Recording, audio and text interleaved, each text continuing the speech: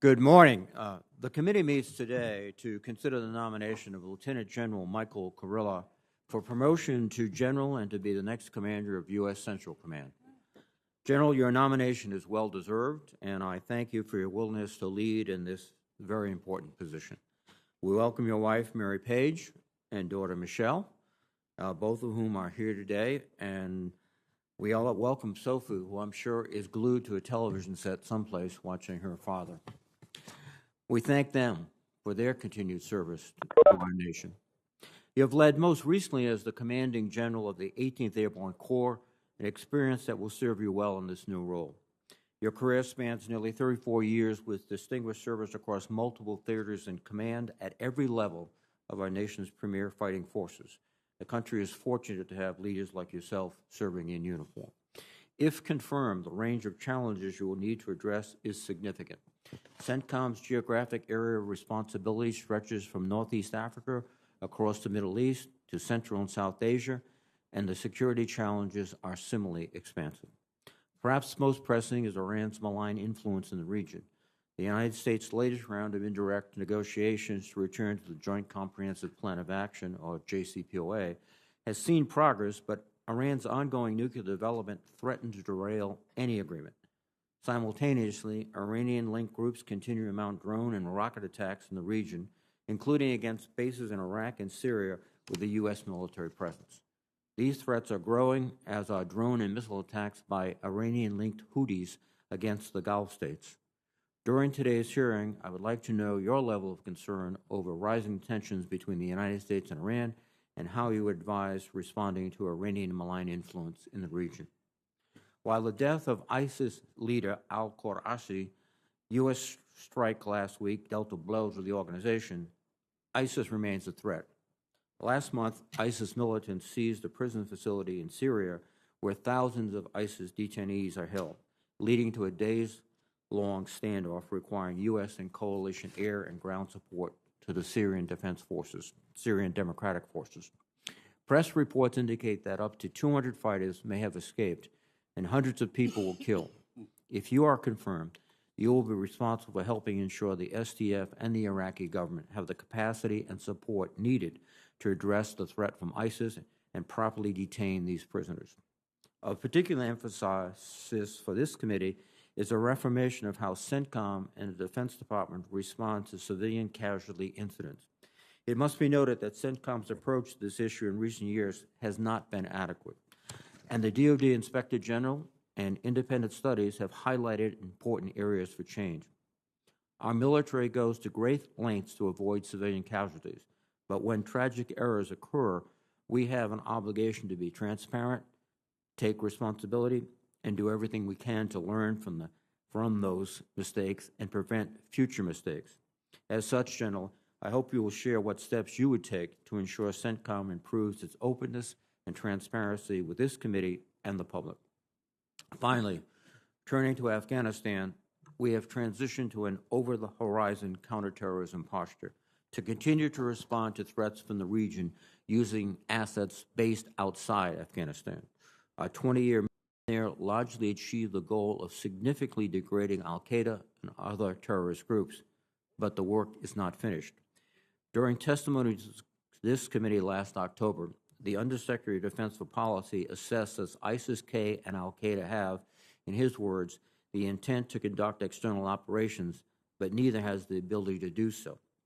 To prevent terrorist groups from developing this ability, we must continue to bolster our over-the-horizon capabilities. With that in mind, I would ask that you share the most important lessons learned from your time in Afghanistan and how you would ensure Centcom can conduct optimal over-the-horizon activities. Again, thank you, General, for your continual willingness to serve, and I look forward to your testimony. Let me now recognize the ranking member, Senator Inhofe. Thank you, Mr. Chairman, and thank you, General Carrillo, for your willingness to continue your distinguished career.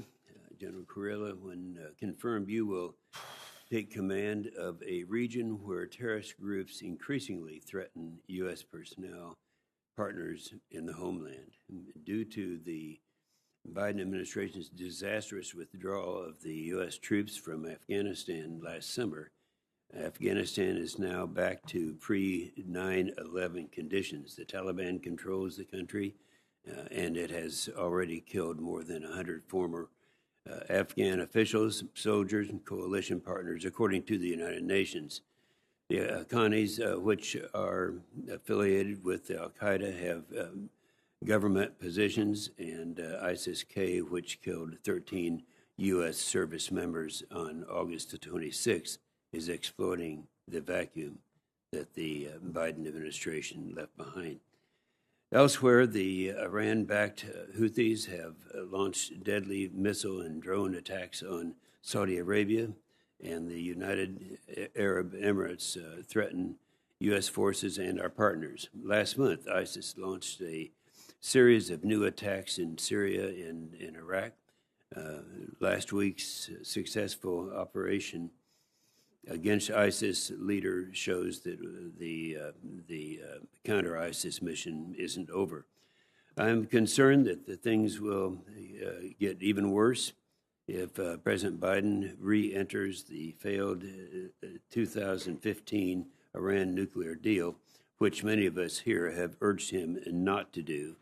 Iran will have received substantial sanctions relief. Iran will spend that windfall on terrorist proxies. That means more arms for Hezbollah, Hamas, and to attack Israel. More training for the Houthis to threaten our Arab friends, and more support for the Iraqi militias that target our personnel. Rejoining the Iran nuclear deal won't prevent Iran from getting nuclear weapons capabilities. The deal's limitation expire in 2026, which is not that far off.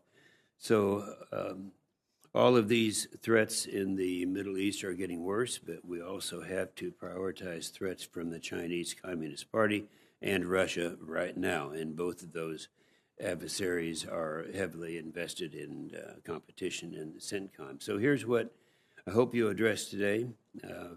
What resources do you think we'll need to counter these regional threats?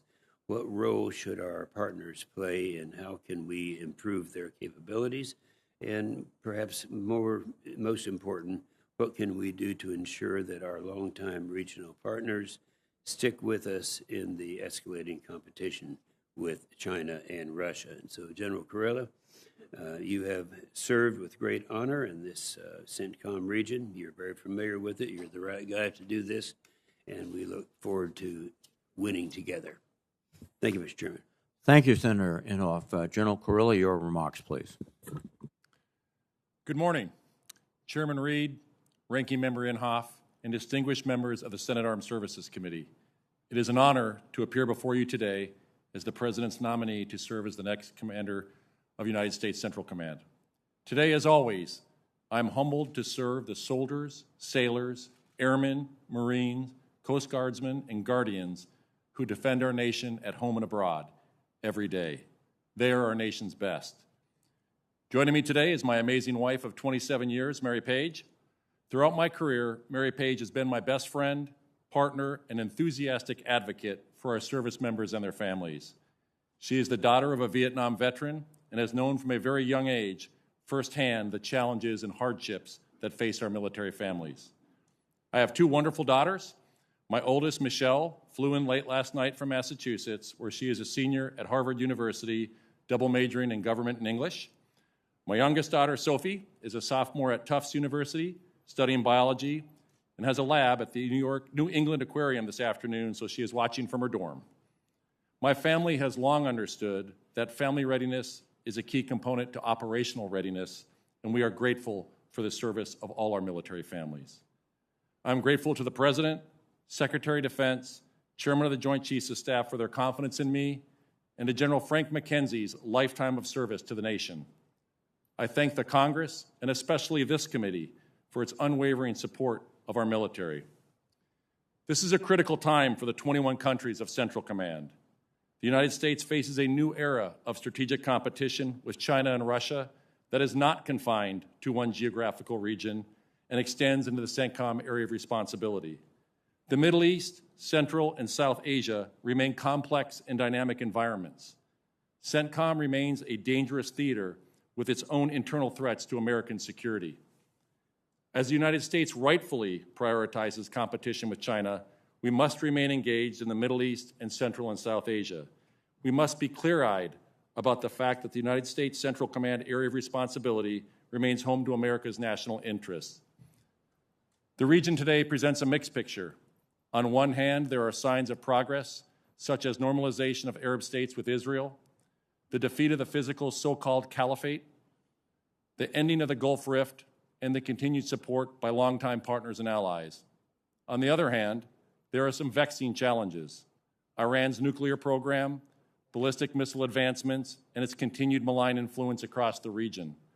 The Centcom theater is also burdened by civil war and humanitarian crisis.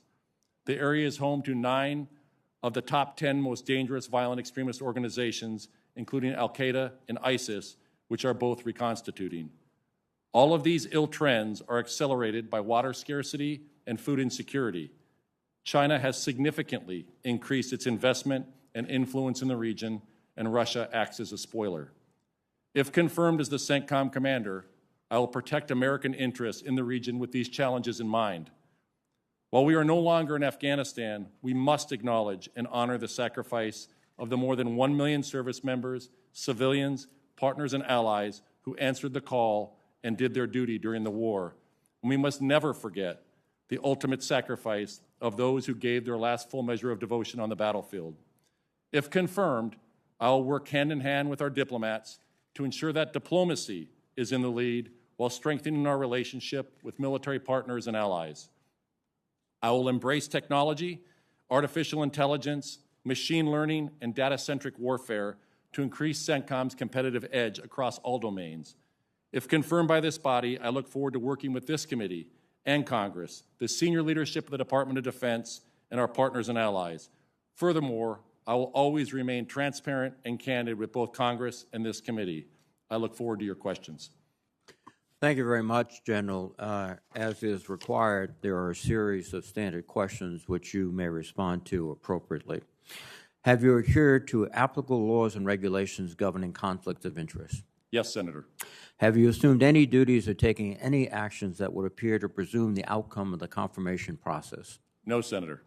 Exercising our legislative and oversight responsibility makes it important that this committee, its subcommittees, and other appropriate committees of Congress receive testimony, briefings, reports, records, and other information from the executive branch on a timely basis.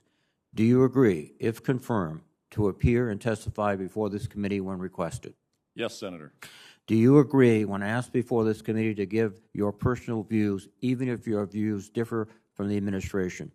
Yes, Senator. Do you agree to provide records, documents, and electronic communications in a timely manner when requested by this committee, its subcommittees, or other appropriate committees of Congress, and to consult with the requester regarding the basis for any good faith delay or denial in providing such records? Yes, Senator. Will you ensure that your staff complies with deadlines established by this committee for the production of reports, records, and other information, including timely responding to hearing questions for the record? Yes, Senator. Will you cooperate in providing witnesses and briefers in response to congressional requests? Yes, Senator. Will those witnesses and briefers be protected from reprisal for their testimony or briefings? Yes, Senator. Thank you very much, General. Again, let me commend you for your service to the nation and the service of your family. We spoke before about the continuing crisis in Afghanistan and looking forward to the steps we have to take. There is, as you recognize, a humanitarian crisis that is becoming more and more severe each moment. There is the persistent threat of Al-Qaeda and ISIS-K and other terrorist groups. What do you see as the challenges in Afghanistan and the surrounding region, and can we cope with them over the horizon? Senator, as you identified, one of the challenges is the threat to the homeland from Al-Qaeda and ISIS-K. They are reconstituting. The Taliban has not renounced Al-Qaeda. ISIS-K, with the release of the prisoners both from the Bagram prison and Pul-Sharqi, are in the process of reconstituting. While they have aspirations to attack the homeland, They do not have the capability yet. Additionally, we have the humanitarian crisis in Afghanistan. I believe there are opportunities in the future of ways that we can work with perhaps the World Food Program and others in the region to help alleviate some of that burden on the humanitarian crisis. Now, in our regional response, we have to consider the position of Pakistan. They have been a very complicated partner and sometimes not a partner. Do you have any comments on that relationship and what you would like to do to improve it? Senator, we have not always seen eye to eye with Pakistan, but I do think we have a shared interest in regional stability and countering violent extremist organizations. One of the most violent is Taliban Pakistani, the TTP, which directly threatens Pakistan. Also, the humanitarian crisis inside of Afghanistan threatens the migrants to push into and refugees to push into Pakistan. So I think there's potentially some shared interest that we can work with them on counter VEOs and the humanitarian crisis. Well, thank you. Turning to Iran, as both myself and the ranking member pointed out, it presents a very, very serious challenge. There are talks underway to try to revive the Jcpoa, but it's uncertain if that will happen. Their mainline activities, both directly and through proxies like the Houthis, are causing concern, especially attacks recently against the United Arab Emirates. Can you give us an idea of how you would approach this problem as you take command? Senator, Iran is the #1 destabilizing factor in the Middle East right now with their malign behavior. I think going through our partners and allies and strengthening those with a united front from all the partners and allies is the best way to confront them. The U.S. policy of Iran cannot get a nuclear weapon. I believe that any enforceable agreement should make sure that they do not get a nuclear weapon. Thank you. And you also said in the advanced policy questions and in your testimony that we must invest in artificial intelligence and machine learning platforms and programs to increase our ability to detect, defend, and respond to conventional Iranian military capabilities. Can you sketch very quickly what you would attempt to do? So, Senator, right now in the 18th Airborne Corps, when James McConville, General McConville, the Chief of Staff of the Army, charged the 18th Corps to lead an artificial intelligence become an AI-enabled corps, we have taken a four-prong approach to that with the culture, data literacy, data governance management, and our infrastructure, i.e. cloud computing and cloud computing on the edge. And then we take that and we do a quarterly exercise that uses artificial intelligence for target detection every quarter. From all 6 services participate. The last exercise had over 40 aircraft, and to include the Navy, participating with the Maritime Operations Center. And it culminated in a Marine F-35 dropping a live 1,000-pound bomb on an artificially intelligence-derived grid that was 1 meter off from the surveyed grid. And we do these exercises quarterly to improve the capability of the targeting ability of the Corps. I would look to take that, if confirmed, down to Centcom and expound upon that. And would that also help us with our issues regarding over-the-horizon sort of suppression of terrorists in Afghanistan? Senator, it has capabilities for both counterterrorism as well. Well, thank you very much, General. I am very confident that you will be confirmed and confident you lead with distinction. Thank you, Chairman. Thank you, Mr. Chairman. In the past year, Iran and its proxies have escalated their regional aggression. Hamas launched more than 4,300 rockets at Israel during the May 2021 conflict. The Houthis have increased their attacks on civilian targets in Saudi Arabia, and the UAE and the Iran-backed militias in Iraq routinely target U.S. personnel, property, and partners. All of this happened while the Biden administration is focusing on returning to the flawed Iran deal, which could provide billions of dollars in sanctions relief for the Iranian regime.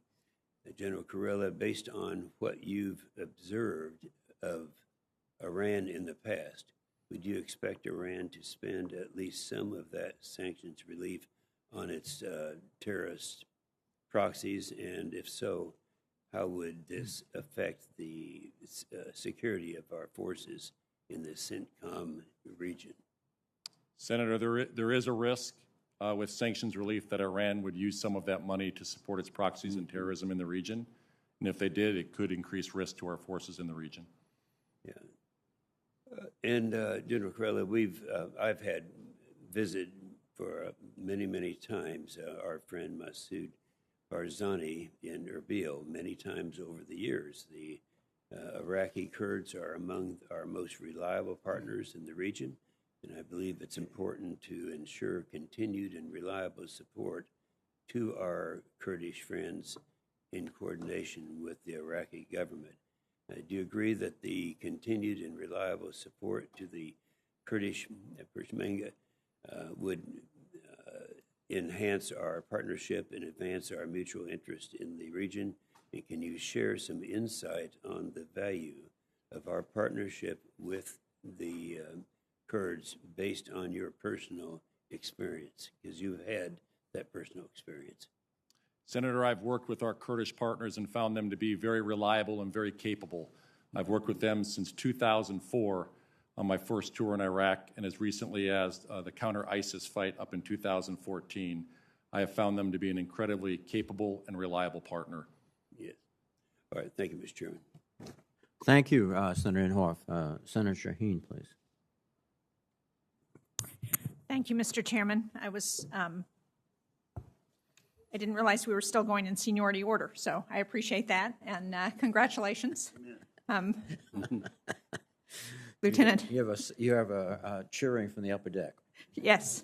Well, General Carrillo, thank you for being here. Congratulations to you and your family on your nomination. We very much appreciate your willingness to serve.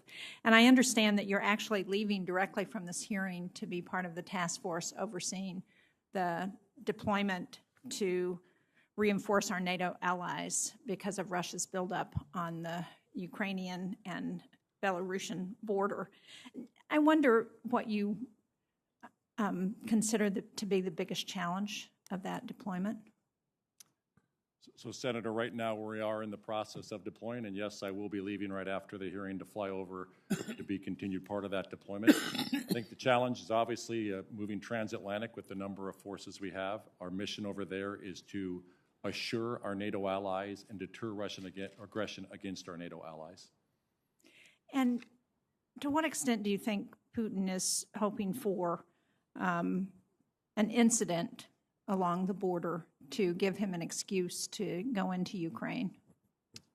Senator, I could not begin to speak for Putin's thoughts, but I do know I am very concerned about a Russian incursion and invasion into Ukraine. Thank you. I want to switch to what will be part of your AOR as CENTCOM commander. And one of the things that I'm very concerned about is what's happening in the ISIS detainee camps in Syria. The one at Al-Hol has 60,000 family members. It's become a hotbed for potential radicalization of those family members there. Can you talk about what the strategy ought to be to address those detainee camps? And I know because you've worked with the SDF that they have stated that they're not able to assume long-term responsibility for those detainees in those camps. So what should we be doing to address that? Senator, I believe that there should be a whole-of-government approach and an international effort to both assist the SDF on the repatriation of some of these detainees. It's approximately 10,000 ISIS detainees at about 24 different detention facilities. That is an ISIS army in waiting. We saw that in Hasaka when they attacked the prison. We also have, as you noted, 60,000 family members. Over 80% are children, women and children in the Al-Hol camp. My concern there is the indoctrination that is happening there, and so there must be a whole-of-government approach and an international effort to support the SDF on this. And this committee actually, as part of the Defense Authorization Bill last year, passed a requirement to establish a detainee coordinator to help address how we respond in those camps and how we repatriate some of the detainees. Are you aware of that position, and do you think that would be helpful? Senator, I do think that would be helpful. Thank you. Hopefully someone is listening to your testimony. I want to go to Iraq because we've seen a series of bomb and grenade attacks taking place over the last week in Baghdad, and it's assumed that Iranian-backed militias are responsible for these incidents. So how can we better hold Iran accountable for these kinds of attacks and ensure that our personnel and those Iraqis defending their country are protected? Senator, I believe the key is that we have to make sure that we expose the Iranian malign behavior. I have found that any time Iran's hand behind this is exposed, it is helpful. Thank you. There was a recent report on a special operations directed strike targeting components of the Tabika Dam in Syria, despite the dam being on the no-strike list. It's not clear to me how this happened. I haven't seen any reports investigating that, but will you commit to investigating what happened here and to reporting the results to Congress? Senator, I will if confirmed. Thank you. And finally, we have a law called the Women, Peace, and Security Act that is designed to try and ensure that women are involved in our operations and particularly in conflict areas. So can you talk a little bit about how you see that law working in your area of responsibility and what we should be doing and how it could be helpful to what's happening in the Central Command?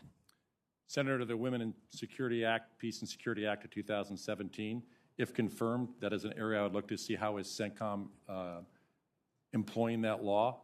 I think anytime you have women involved in conflict resolution and helping, assisting in the delivery and relief of relief, it is a good thing. So I think if confirmed, I would have to take a look at how that is being implemented.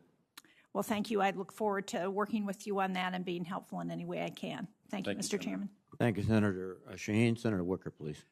General, I think there's widespread agreement that you're the right man for the job. We need to get you back to your base and get you involved in that deployment. I'm almost tempted to yield back my time so you can get on about that, but I'm not quite convinced that I should do that. Let me ask you about money. We're now spending money for the Pentagon that was decided more than a year ago, and that's because of our failure to have a defense appropriation bill. We're about to do another continuing resolution. People in this town, from the administration really to DOD to the Congress, seem to sort of view this as an inconvenience and a little bit of a lapse. How big of a problem is this? And I've got several questions, but is this merely an inconvenience, or is Centcom going to really take a hit because we can't do our job? Senator, I can't speak on behalf of Centcom, but I can tell you my personal experience in 18th Airborne Corps. When we have prolonged CRs, it affects readiness. It affects our ability to train. It affects our combat training centers, our rotor wing flight hours, and I have 2 Armor Brigade combat teams in the 18th Airborne Corps. They're very expensive to operate. It affects modernization. It can disrupt modernization. I have an Armor Brigade combat team that's in a year-long modernization window. They'll emerge as the most modernized Armor Brigade combat team in the Army. CRs can disrupt that. I don't know the impact if it was to take it all the way out through the year. And then I have a second one that's Armor Brigade combat team that's going in this summer. And lastly, it can affect quality of life. It stops the prevention of new starts, such as military construction for barracks, motor pools, and child development centers. Okay, well, maybe I may be speaking to the choir about this in this room, but it seems so when we bring this up, and any number of members of this committee bring it up, people nod and agree with you, and yet we're just going to be quite relaxed next week about going to another continuing resolution. Let me ask you about the stands that were formerly Soviet Republic, and I'm looking at the map here, General, and I see Uzbekistan, Turkmenistan, Tajikistan, and Kyrgyzstan, and then the massive geographic area of Kazakhstan, which covers 5 time zones. Why are they important to us? in the United States. And what difference did it make in their leadership seeing how we left Afghanistan and what I view as a major debacle? Senator, they're very important. That is an area also that I think we compete with Russia and China. I think with the departure from Afghanistan, there is some security interests that we share with them, and that is in terms of those that border on Afghanistan, particularly Uzbekistan and Tajikistan. I think we have shared interest on the VEOs and areas that we could potentially partnership with them on the border security to prevent the expansion of the VEOs from coming into their area. But you haven't started this job yet, but you're anticipating that you will. Has the leadership of these 5 former Soviet republics acted differently after seeing what happened last August in Kabul? Senator, I am not sure, and if confirmed, that is an area that I would take a hard look at. If Russia invades Ukraine, how will that, in your judgment, affect how these 5 former Soviet republics view their neighbor to the north in the United States? Senator, I believe they would have some concerns with Russia invading Ukraine, as that would look to expand potentially their former, one of their former locations. Thank you. Well, good luck to you, and I'm going to yield you a whole 30 seconds to get back and get that deployment going. Thank you, Senator. Yield back. Thank you, Senator Wicker. Senator Arona, please. Thank you, Mr. Chairman. Thank you, General, for your service. You have a lot of experience and your AOR. I start the questioning of all nominees to any positions in any of the committees I sit on, and these are the following 2 questions that I ask all nominees. Since you became a legal adult, have you ever made unwanted requests for sexual favors or committed any verbal or physical harassment or assault of a sexual nature? No, Senator. Have you ever faced discipline or entered into a settlement related to this kind of conduct? No, Senator. General, I am very concerned, along with other members of this committee, very concerned about the ongoing issue of the poor treatment of Afghan women and girls, especially since our withdrawal and the Taliban's return to power. Recently, President Biden appointed Rina Amiri as U.S. Special Envoy for Afghan women, girls, and human rights to spearhead an interagency effort to advance the rights of Afghan women and girls. As Commander of Central Command, what do you see your role in supporting Ms. Amiri, USAID, and other agencies in supporting the rights of Afghan women and girls? Senator, if confirmed, that is an area where I would look at to analyze how Centcom can be part of a whole-of-government approach. I like the fact that you have used whole of government in your response to a number of questions, and I think that is a very good idea because whole of government means, I would say, the active involvement of the State Department and also any of our allies. So, I'd be interested, if confirmed, how you will proceed in this area, since the fate of Afghan women and girls is something that weighs very heavily on a number of us, and our challenges in getting or rescuing many of them out of the country remains very difficult. You mentioned Iran as being the number 1 destabilizing actor in the Middle East, and again with the Iran a whole of government approach and how to contain their malign activities. And you said that when Iranian malign behavior is exposed, it's helpful. Can you just describe what you consider an example of Iran's malign behavior, which it would be helpful to expose, and what do you mean by it is helpful to expose such behavior? Senator, when we see the Iran proxies, and there's Iranian-aligned militia groups that are either firing rockets at our embassy in Iraq, they're firing at our troops inside of Syria. They support the Houthis, and they're providing that technology to them to fire ballistic missiles into the UAE and into Saudi Arabia. When we expose the Iranian hand behind that, it causes them to react. it causes who to react? The Iranians to react. How would they react? Would they pull back? Ma'am, their they support? try and hide their behavior, and it can cause them to not take action for a period of time. That is my experience when I was down at Centcom. You were asked some questions regarding the JCPOA. And President Biden joined U.S. allies France, Germany, and the UK and Ireland in a statement noting that a return to the JCPOA would result in both in sanctions lifting, allowing for enhanced regional partnerships, and a reduced risk of a nuclear crisis that would derail regional diplomacy.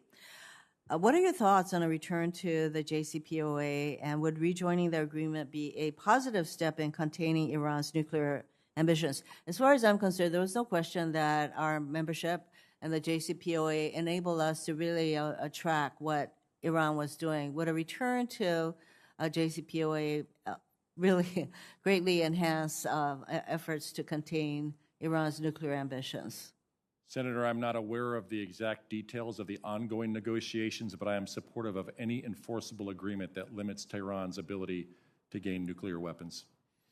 I think that a large part of that would be to have an agreement such as the JCPOA, and unfortunately, that is not where we are. If confirmed, how do you plan to work with partners and allies to confront the challenges presented by Iran?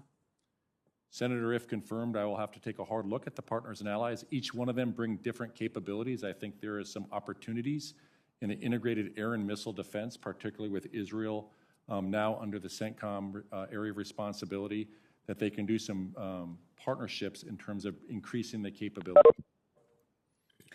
Well, thank you. I'd say that Israel would be a major partner in that effort. Thank you, Mr. Chairman. Thank you, Senator Rona. Senator Fisher, please. Thank you, Mr. Chairman. Welcome, General, to you and your family, and thank you, sir, for your many years of service to this country. General, this morning we read in the Washington Post about an Army review of the Afghanistan drawdown. The report highlights the extent to which the Biden administration's poor planning forced our service members into an incredibly dangerous and an incredibly chaotic situation during that evacuation. I know that you are not responsible for this report, but if confirmed, do I have your word that if future reports like this are completed, that this committee will learn about them from you and not from the morning paper? Yes, Senator. Thank you. I wouldn't think that members of this committee would have to make a FOIA request in order to learn information that should be brought forward in a positive way to keep us informed so that we can perform our oversight responsibilities. General, based on your prior experience that you've had in the region, your knowledge of the region, what do you assess to be the most significant challenges for Centcom to carry out an over-the-horizon counter-terrorism strategy in Afghanistan? Senator, over-the-horizon capability is extremely difficult, but not impossible. I think the biggest challenge for Afghanistan is that it is a landlocked country. We rely on another nation for an air line of communication to be able to enter Afghanistan. The distances required to fly ISR is great. We spend approximately 2/3 of the time flying there and getting back versus over the target. So it is resource intensive to be able to do the finding and then the fixing and the finishing of those targets that you're going after. I think we need to reinvest in a lot of our intelligence capabilities, our human intelligence capability that was lost during the withdrawal. Do you anticipate that we will have more success in the future on being able to find those partners on the ground? Senator, if confirmed, I will need to make an assessment of that.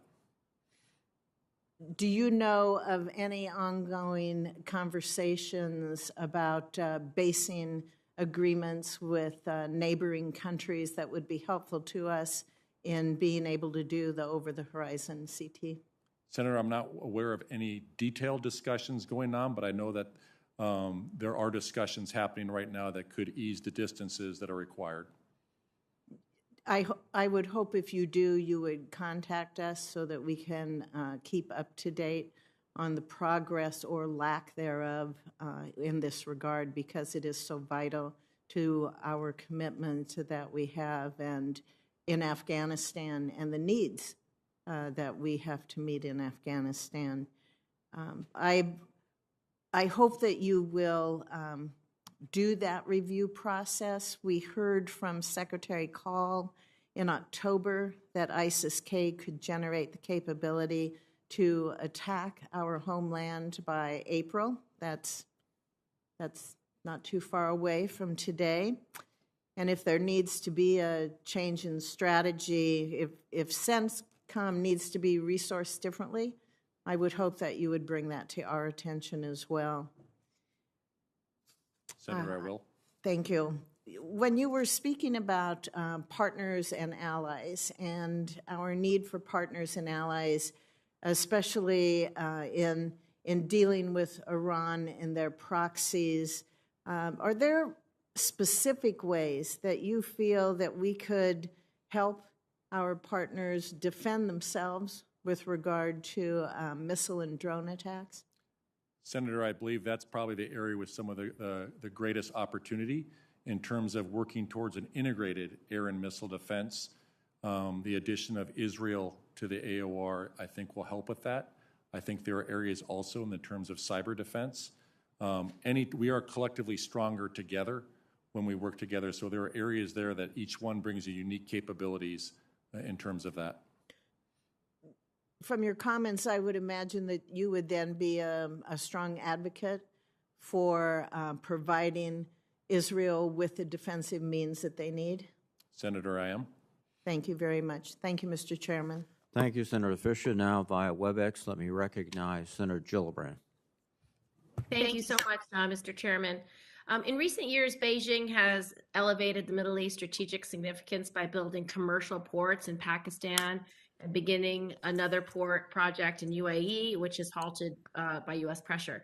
With China relying on the Persian Gulf for nearly half its energy supply, do you view countering the expansion of China's Belt and Road Initiative in the Centcom area of responsibility as a fundamental priority? Senator, I do. Right now, 18 of 21 countries in the Centcom AOR have signed agreements, strategic agreements for Belt and Road initiatives with China. China has increased their spending 360% in the Middle East. So I believe it is of great concern. And what we have to do is expose their predatory practices where they treat every country as a client or a customer, where we deal in relationships and we are partners and allies. So how does countering China in the region balance against some of our other counterterrorism commitments with regional partners? Senator, I believe we can do both. Mm-hmm. Reports last year emerged that Saudi Arabia purchased ballistic missiles from China while also manufacturing its own ballistic weapons using Chinese technology. Are you concerned that China is forging technological relationships with countries such as Saudi Arabia to further enhance the ballistic missile capabilities of regional actors? Also, do you have a broader concern that our traditional allies in Centcom should be shifting towards China as we potentially focus on other regions across the globe? Senator, I am very concerned with China's military involvement as well in terms of these agreements. 3 of the top purchasers of their UAVs are out of the Middle East. The technological agreements they have with Huawei, 5 major Middle Eastern countries have also come into agreements with them, so I'm very concerned with that. And you will give us any guidance to the extent you need additional resources or authorities to address those concerns? Senator, I would not hesitate to do that. Thank you. A recent NDAA-directed RAND study pointed out numerous shortcomings in the DOD's investigation and response to civilian casualties. It concluded a number of recommendations to improve DOD's internal and external process conducting tactical strikes. One specific issue RAND highlighted is the need for the Department of Defense to better engage with non-governmental organizations to develop a better situational assessment for civilian casualty incidents. If confirmed, will you continue to prioritize effective CIVCAS response within your command? And do we have your commitment that Centcom will improve and regularly engage with NGOs on this issue? Senator, I do. Thank you. My last question, as the military shifts focus to great power competition, low intensity conflicts in the Middle East may lose significant resources. Can you discuss how force planning concepts like dynamic force employment, that is the ability to rapidly shift key U.S. military assets from one theater to the other, will allow the U.S. to divert resources away from Centcom to meet the challenges faced by near-peer competitors if necessary? Senator, that is going to have to be, if confirmed, I'd have to make an assessment of the impact of those DFEs. The challenge with counterterrorism efforts are that they do take time to develop the targets. It's finding the targets and fixing them. Dynamic force employment could come in for a finish potentially, but the effort goes into the finding and the fixing. Okay. Well, thank you so much, and thank you, Mr. Chairman. Senator, thank you for your support for 10th Mountain up in Fort Drum, part of 18th Airborne Corps. My pleasure and privilege. Thank you, Senator Gillibrand. Now let me recognize via WebEx Senator Rounds. Thank you, Mr. Chairman. General Carrillo, first of all, I did enjoy our visit in my office, and I can share with you that I do believe that you're the right man for the job right now, and I look forward to supporting your nomination. I would like to explore a little bit along the lines that Senator Fisher began with regard to the over-the-horizon capabilities. I think this is something that we've got to be able to explain in terms of the challenges here a little bit better. One item that we talked about was literally the number of units necessary to maintain surveillance over a particular area. Would you just take just a minute or so and dive in a little bit deeper with regards to the challenges of over-the-horizon capabilities that we face with regard to Afghanistan? Yes, Senator. So just using an MQ-9 Reaper as an example, you have the normal ones in the extended range can go up to 30 hours of endurance. If it's taking you 10 hours to get to a target and 10 hours to fly back, to be able to keep a single sensor over that target, you're going to have 2.5 MQ-9s, one taking off every 10 hours, to be able to be over the target for just one sensor to be able to develop that target. In Afghanistan, when we were doing operations, sometimes I would have up to 12 sensors on a target to be able to follow individuals, develop the target, and it's also used in civilian casualty mitigation because you're watching all the approaches to that target when you're taking a strike. So it can be very resource intensive. I think that's the critical part here is when we talk about over-the-horizon capabilities, it is extremely equipment intensive, and it will take a huge amount of resources in order to be successful in the Afghan region. Your background is one of developing and moving ahead with regards to technologies. With regard to the 18th Airborne Corps, would you share a little bit about the challenges that you found in terms of bringing in and using the newest technology, including the threats of cybersecurity or cyber attacks, what you found you needed to do in order to keep the team up to speed, and talk a little bit just about with regard to artificial intelligence, the fact that this is not something in the future, but rather something that we are faced with right now. Senator, I believe it's the next revolution in military affairs. I find the biggest challenge is actually the data literacy and the education of our current force, and particularly with kind of the older generation of us, it's really our younger generation does get a lot of this. The challenge you have is being able to then take this and how do you fight with artificial intelligence? What we have discovered is that the human must be in the loop. An individual human augmented by artificial intelligence is far more effective than just artificial intelligence on its own right now. We do these quarterly exercises called Scarlet Dragon. Every quarter we'll bring in all 6 services, and we go through the process of how can we increase the scale and scope of targeting against a near peer in a large-scale combat operation. And we have found that we were able to exponentially increase that capability to sort through hundreds of targets to pick the right targets to be able to strike, moving it machine to machine and directly to an aircraft. Now let's integrate that with regard to the AOR that you're going to be responsible for. You now have Israel as a part of this AOR. They're an ally. They have significant capabilities. As you move forward, do you see some real opportunities here to coordinate with Israel with regard to cybersecurity, AI, and so forth in an integrated defense program? Senator, I think there's tremendous opportunities to partner with not just Israel, but with all of the partners in the region in terms of that. Can you talk a little bit about with regard to Iran, the threats that you see with regard to cybersecurity threats emanating from Iran? Senator, Iran has a very capable offensive cyber capability. We see that playing out in the Centcom region right now. So I think the areas that we can also work on is hardening our cyber defenses of our partners in the region. They talk about Iran having access to ransomware, and as such, since it's normally used by criminals, it's one way in which they can perhaps hide some of their activities. Would you agree that Iran is a threat with regard to ransomware at this time? Senator, I do agree. Thank you.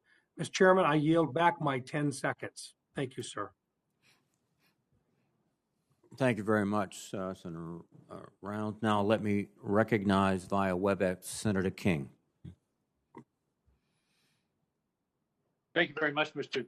Chairman. First, I want to compliment our colleague, Senator Gillibrand. I thought her questions on China and China's growing influence in the region were very perceptive and important, and something that we often don't think much about. General, it's hard to ever utter the phrase cooperation and Taliban in the same sentence, but we have a common enemy in ISIS-K.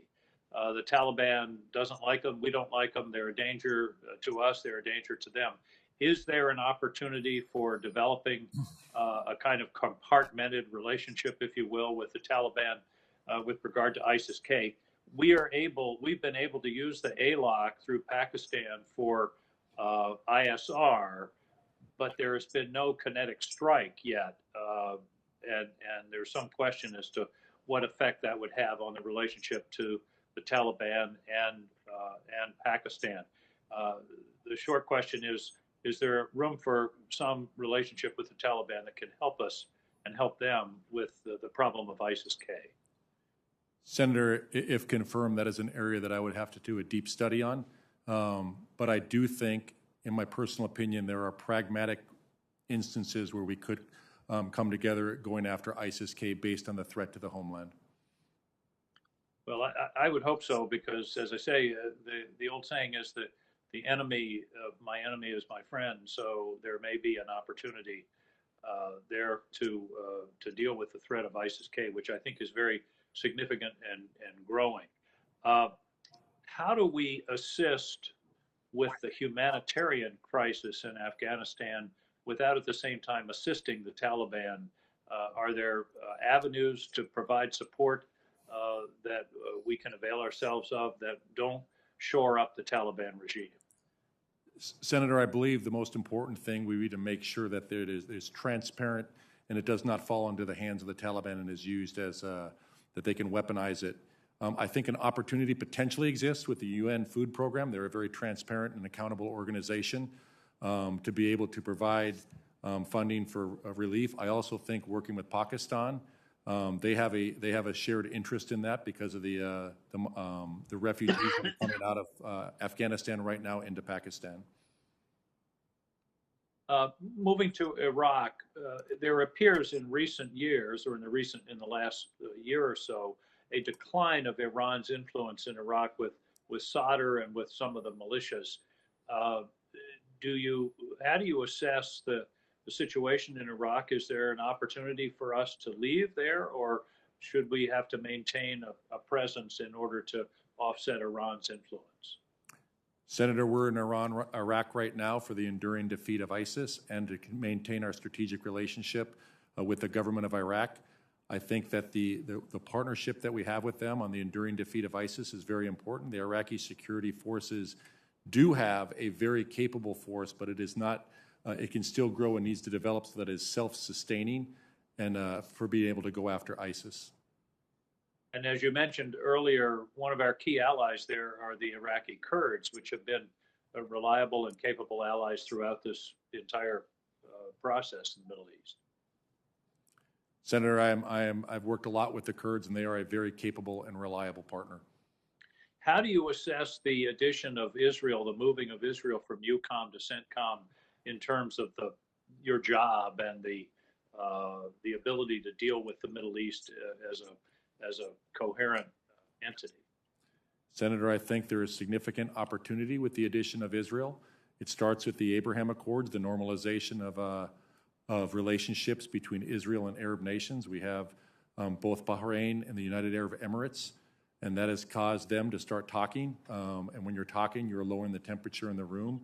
There is talk of security cooperation as well, and I think that's only a good thing. Finally, in your military judgment, we've been having discussions about the Jcpoa, whether to re-enter, and everybody's committed to Iran not achieving a nuclear weapon. In the absence of diplomacy or some kind of enforceable agreement, what are the military options realistically for eliminating Iran's nuclear capability?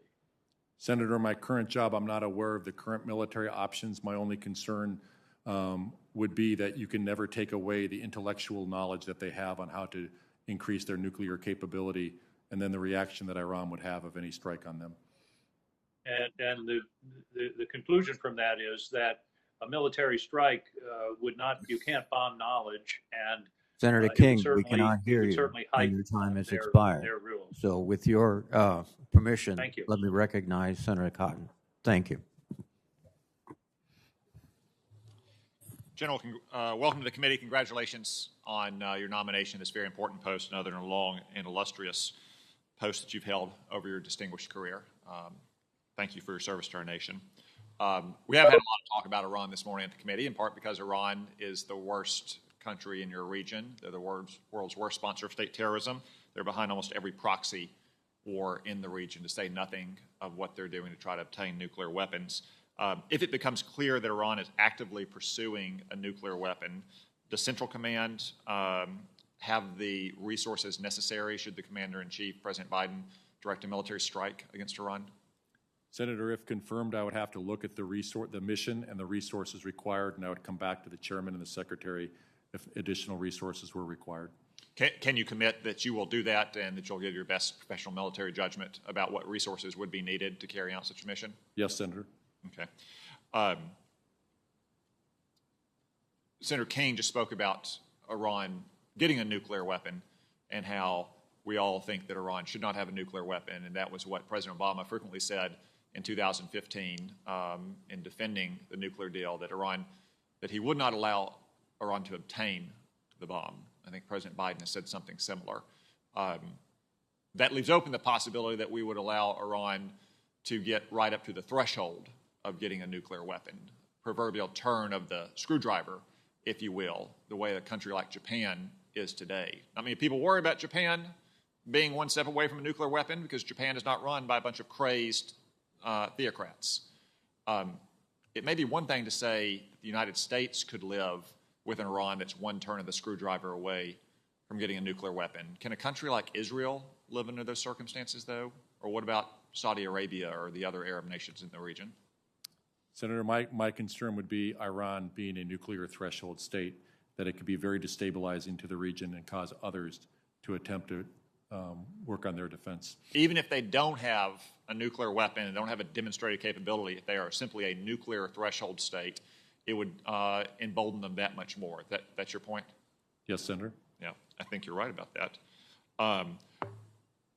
One incredibly emboldened action I've seen over the last couple months is that Iran's proxies in Yemen are firing ballistic missiles and one-way drones into the Emirates. And some of those are attacking bases where we have American troops. What do you make of this incredibly provocative and escalatory action coming out of Iran's Yemeni proxies? Senator, that's an example of Iranian malign behavior and aggressive behavior from their proxies in the region. Why do you think, so they've been doing that in Saudi Arabia, in southwestern and western Saudi Arabia for a few years. Why do you think in the last couple of months those proxies in Yemen are now firing those missiles and drones all the way into the Emirates? Senator, my personal opinion is part of that is because of the advances of the Giants Brigade down in Yemen, took back areas like Jcpoa province from the Houthis, and that is their reaction back to the UAE. But I would have to have, if confirmed, do a deeper study on that. What would you do if you were sitting in Abu Dhabi and you had missiles and drones flying into your territory, potentially hitting your bases or hitting the Burj Khalifa? Senator, if I'm the Centcom commander with forces there, I would use the Patriots and the THAAD systems that we have in the theater to shoot them down. Do you think we currently have enough of those systems in the region to protect not only our allies, but in this case, again, it was our troops, our troops at bases in the Emirates?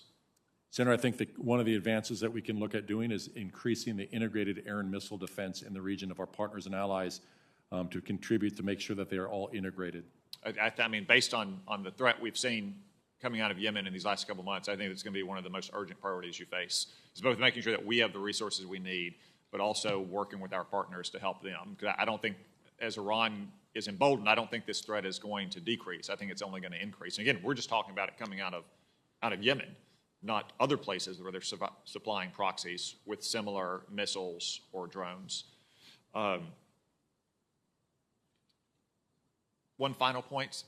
I kind of get irritated when I see reports about F-22s and F-35s bombing insurgencies, or, in 2017, I think we bombed a drug factory with an F-22. Can we do a better job about not using advanced fifth-generation aircraft to bomb low-threat first-generation targets? Senator, as a military person, if that is the only asset available, I would use that asset. I get that. I'd like to see better asset planning, though. So those aircraft are directed towards countries like China with advanced air defenses and fifth-generation fighters themselves, and older generation aircraft are directed against ISIS and Al-Qaeda. Sure. One final question. There's also been a lot of talk about the over-the-horizon strike capacity in Afghanistan. I think that would be better termed over-the-rainbow strike capacity. How could we possibly be striking into Afghanistan without intelligence on the ground and when we're completely beholden to Pakistan for giving access to their airspace? It's a big problem, isn't it? Senator, it's a challenge. All right. Good luck trying to conquer that challenge. We need you to. Thank you, Senator. Thank you. Congratulations again. Thank you, Senator Cotton. Now let me recognize Senator Blumenthal. Thanks, Mr. Chairman. General, welcome to the committee, and thank you for your service. Thanks for talking to me the other day, as we did on the phone, and answering my questions as insightfully and forthrightly as you're doing here at the committee. And I look forward to visiting with you during your service in Centcom.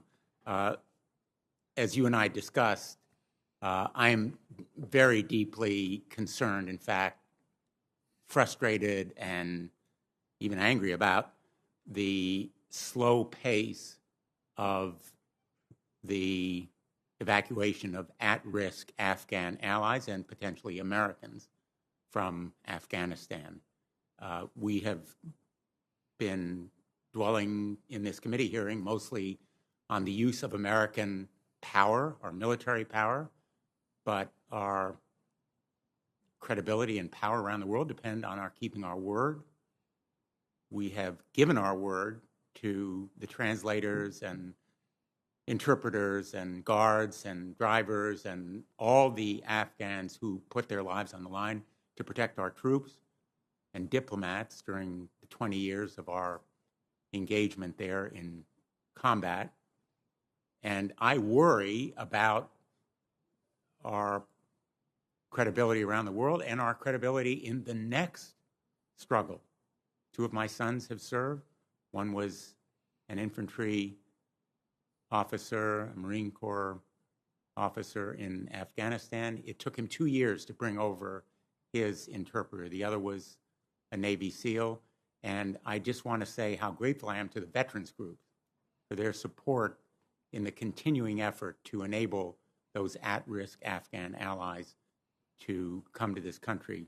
But I've been frustrated by, frankly, our State Department's seeming reluctance to be as engaged as it should in this effort. And a number of us, colleagues, have joined Senator Graham, Senator Ernst, myself, Senator Cardin in a measure called Honor Our Commitment, which would try to enable more of those at-risk Afghan allies to come here. Let me ask you, what capacity do you think Centcom has to facilitate the continued evacuation of the Afghan allies who remain at risk in that country. I know it's winter there as it is here. The airport has failings, but we're America. We can fly in and out of that airport. Can Centcom play a role in facilitating the evacuation of those at-risk Afghan allies if asked to do so? Senator, I believe we have a moral obligation to help those at-risk Afghans to come out of Afghanistan. If confirmed, I commit to you to look at what options are available to be able to assist in that, Department of State. Will you commit to come back to the committee, I think it's implied in your answer, with such a plan and a description of options and assets that could be made available? Senator, I will. Thank you. Do you think that there are necessary assets in Centcom right now, if you know, to support that kind of plan? Senator, I would have to look at the current missions, if confirmed, look at the current missions assigned to Centcom, the resources allocated, and identify the risks associated against all of those. If that additional mission is applied, what resources, and does that place others at risk or go back for additional resourcing for that? Thank you. Well, I welcome your commitment to come to us with a plan and description of the assets that could be made available, and if necessary, additional assets that would be required. Thank you. Let me ask you, final question. When we're talking about defending against missiles and our allies that need those defenses, the Iron Dome is one very reliable and important means of Israel defending against its adversaries' missiles. Would you agree that replenishment of the Iron Dome capacities of Israel is important to the security of that country and potentially our own? Senators, you know, the U.S. Army just got 2 Iron Dome batteries that are going through testing and evaluation, and I believe it's had about a 90% kill rate in terms of being able to knock down targets, but I do think that Iron Dome should be funded. And that it should be funded and replenished for Israel because, as you have absolutely correctly observed, it's a very reliable defensive, emphasize defensive mechanism. It is, Senator. Thank you very much, General. Good luck. Thank you, Senator Blumenthal. Senator Ernst, please. Thank you, Mr. Chair. General Carrillo, thank you so much for being here today and for your many, many years of service, and to Mary Page and to your daughters as well. Thank you for the love and support that you have given to General Carrillo.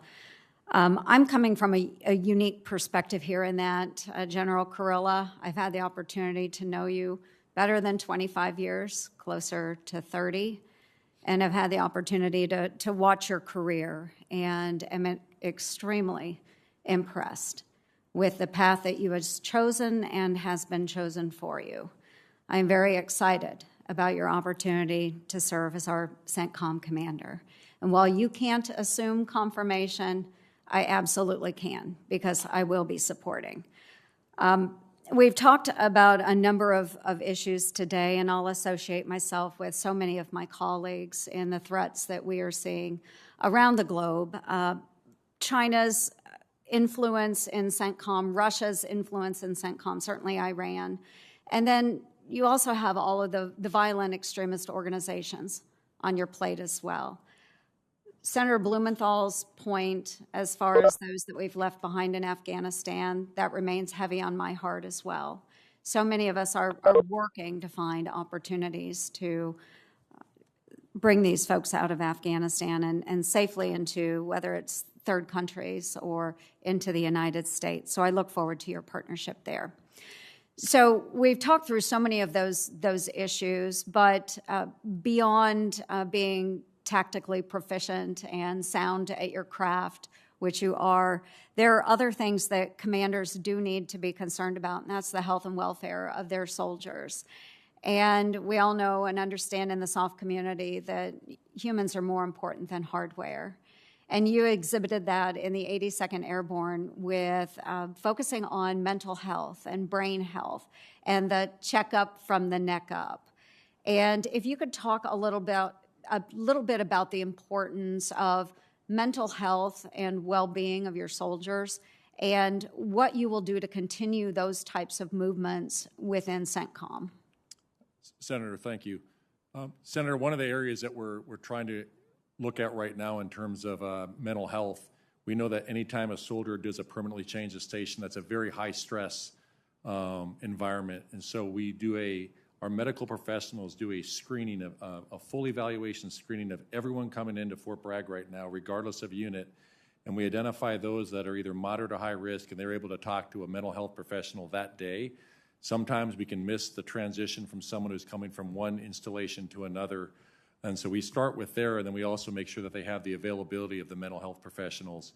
Additionally, we have an ongoing effort right now, whether you're an E1 private or an 09 lieutenant general, that you must go talk to a behavioral health specialist annually. We do it for our teeth annually, because you never know what someone's going to say behind closed doors, that they might be able to talk about some challenges and issues they have, and if that saves one life, then it's worth it. So we're working through that right now. Mm-hmm.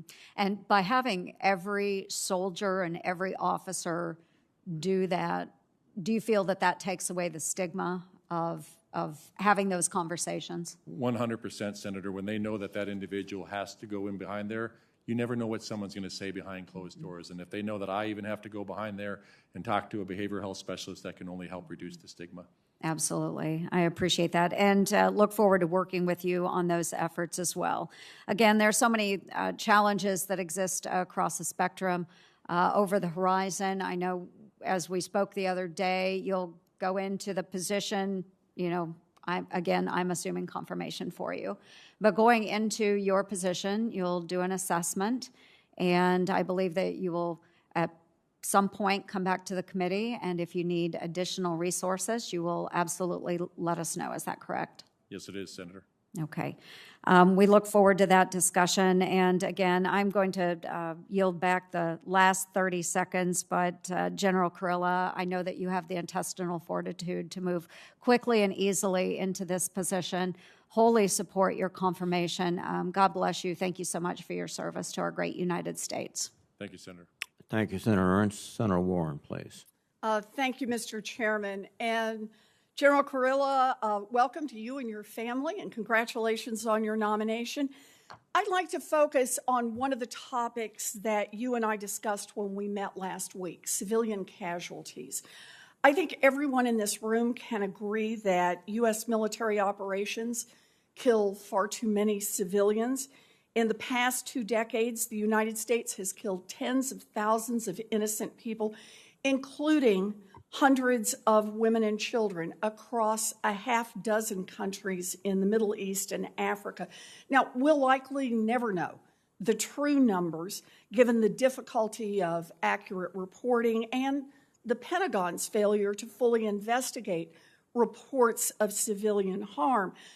This has been the unfortunate reality of U.S. military operations, despite congressional oversight, despite dozens of watchdog groups raising the alarm, and despite documenting the harm, and despite DOD's own efforts and attempts at reform designed to improve how it protects civilians.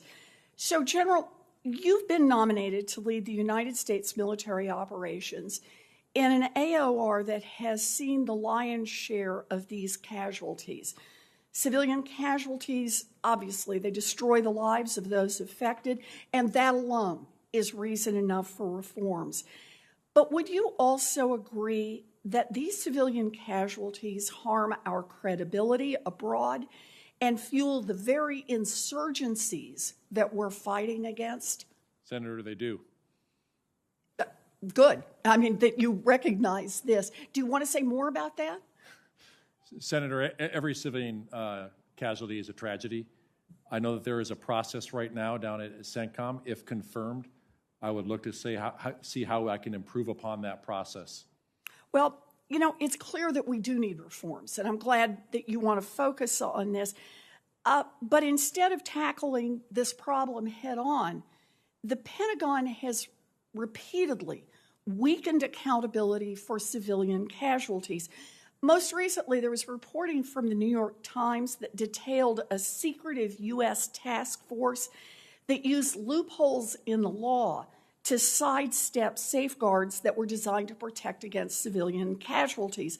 The Times also found that DOD prematurely dismissed many civilian casualty reports at the assessment phase without doing basic due diligence, like internet searches or searching in Arabic. General, do you agree that any credible reports of civilian casualties deserve the Pentagon's full attention and thorough investigation? Senator, I do, and I think the Secretary of Defense's new civilian harm mitigation and response plan of action that he's asked to come back in 90 days from 27 January, if confirmed, I would look to be able to participate in that to make the process better. Good. Well, I'm glad to hear that you're committed to full investigation. We'll see what happens with the reforms. You know, it's clear that additional reforms are needed. I have ideas on that front. I'm sure there are others. I'm not alone in this. So let me just see. I know we have a report coming out, but General, if confirmed, will you commit to prioritizing reforms that will mitigate civilian casualties resulting from U.S. operations and improving accountability and transparency at the Pentagon on this issue? Senator, I will. Good. I really appreciate it, General, and I want to say thank you. You know, I've said it before, but it deserves repeating. The system is broken. We cannot accept the deaths of innocent civilians as just an unavoidable cost of warfare. It's long past time that DOD addresses the harms that U.S. military operations have caused and implement meaningful reforms that de-emphasize lethal force and prioritize civilian lives.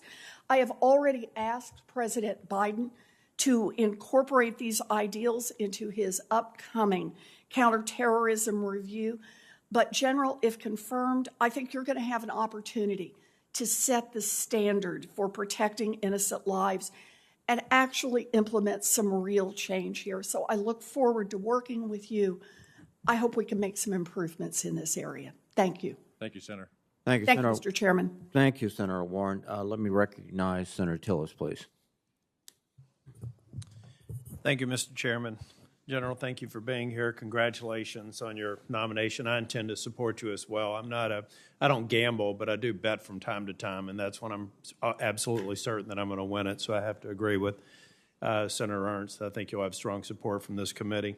I have a couple of questions. One is within your current area of responsibility, but do you believe the decision to deploy elements out of Fort Bragg to Poland and to Germany was a wise decision from a reassurance standpoint?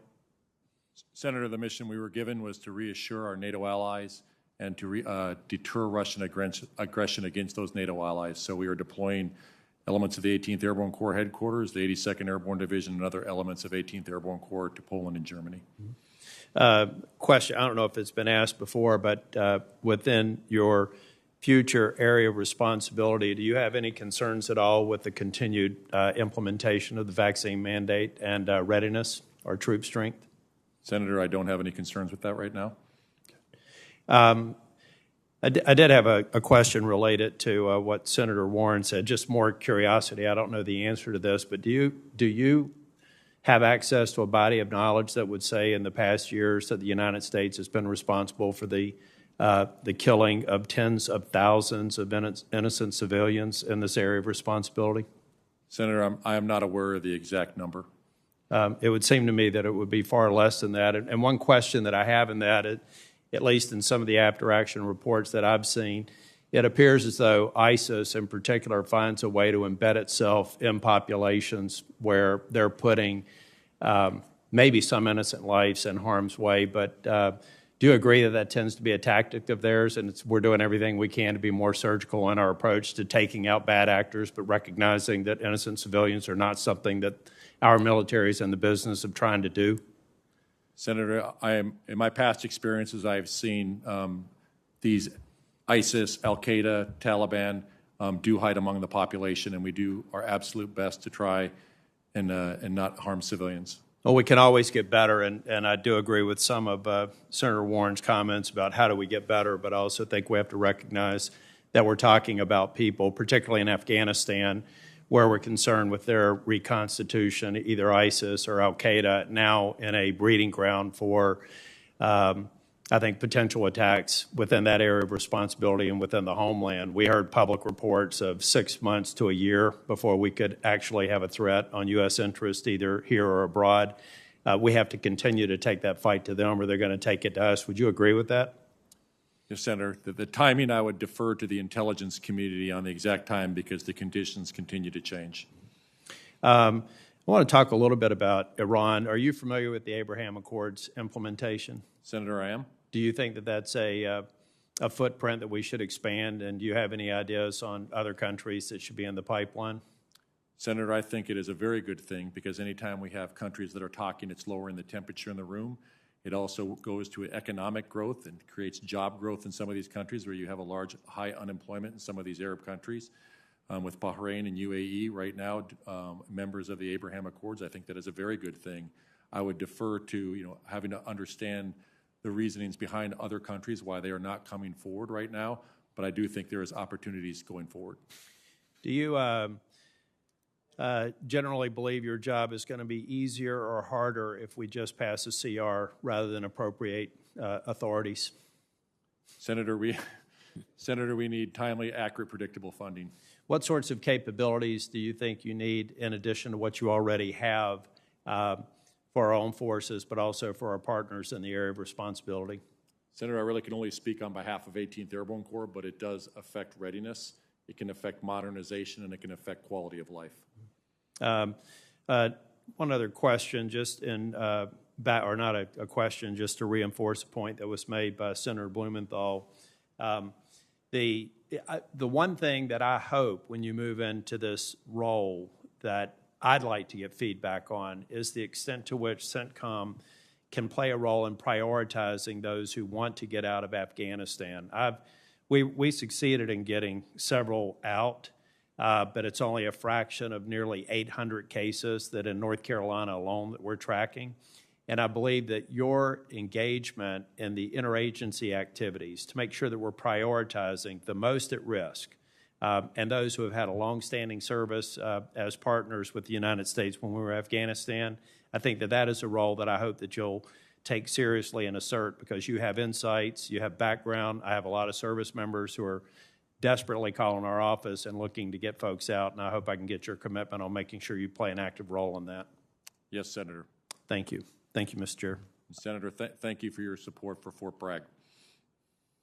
Thank you very much, Senator Tillis. Now let me recognize via WebEx Senator Manchin. Thank you, Mr. Chairman, and thank you, General Carrillo, for your service and your willingness to continue to service in the most honorable Senator, you are talking, but we cannot hear you. Hold on. We have a technical complication. Hold on.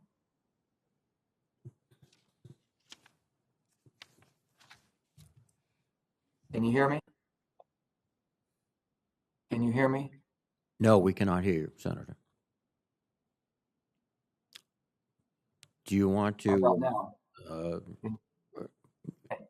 recede for a moment and fix it, and we'll call on someone else? Oh, Jesus, what happened? But hold on, I got to go to another meeting. Not here, Senator. So let me take the prerogative of asking if we can fix that, and then let me call on Senator Sullivan. We're muted and the microphone is showing like coughing. I don't know what's going on. For Senator Kramer here. Absolutely. Senator Kramer, please. Anything I can do to help. Sorry. Thank you, General, for your service and your willingness to step into this new role. Congratulations. I don't think you're going to have any trouble getting the job. You know, we've seen reports that the Houthi rebels in Yemen are firing missiles at UAE, at El Dalfra. And there are some North Dakota airmen there. And these Zulfikar missiles that they're firing, of course, were designed and are built in Iran. And do you think the Houthis bought those missiles from Iran, or did Iran donate them to the cause? Senator, I believe that Iran does fund the missiles that go into Houthi. So do we consider these attacks on our airmen to be Houthi attacks or Iranian attacks? And either way, do they demand a response, do you think?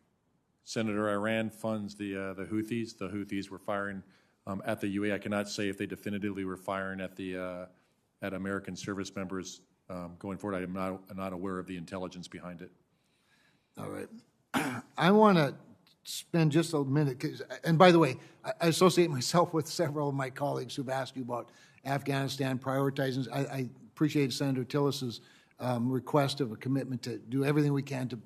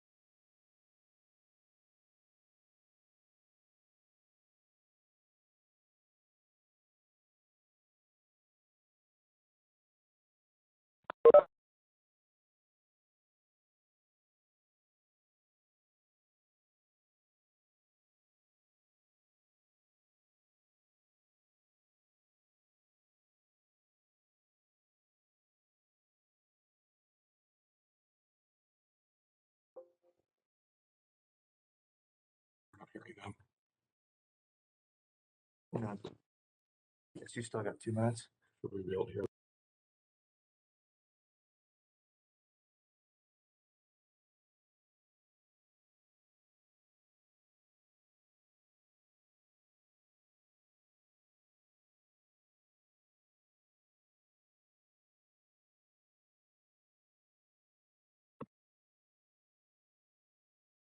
Test.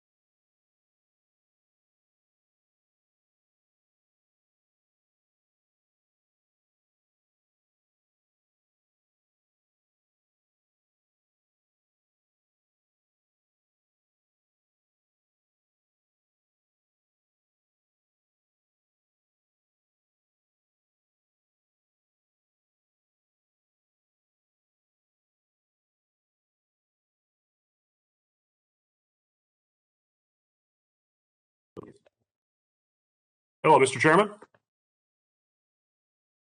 Good. We heard General. Thank you so much for your testimony here today. General, in November, the Department of Defense stood up the U.S.-Israel Operations Technology Working Group, an initiative that I've been championing for the last few years. I believe it's absolutely vital that the U.S. remain on the cutting edge of defense technology development, and working with very capable allies like Israel is clearly, in my mind, paramount to that effort.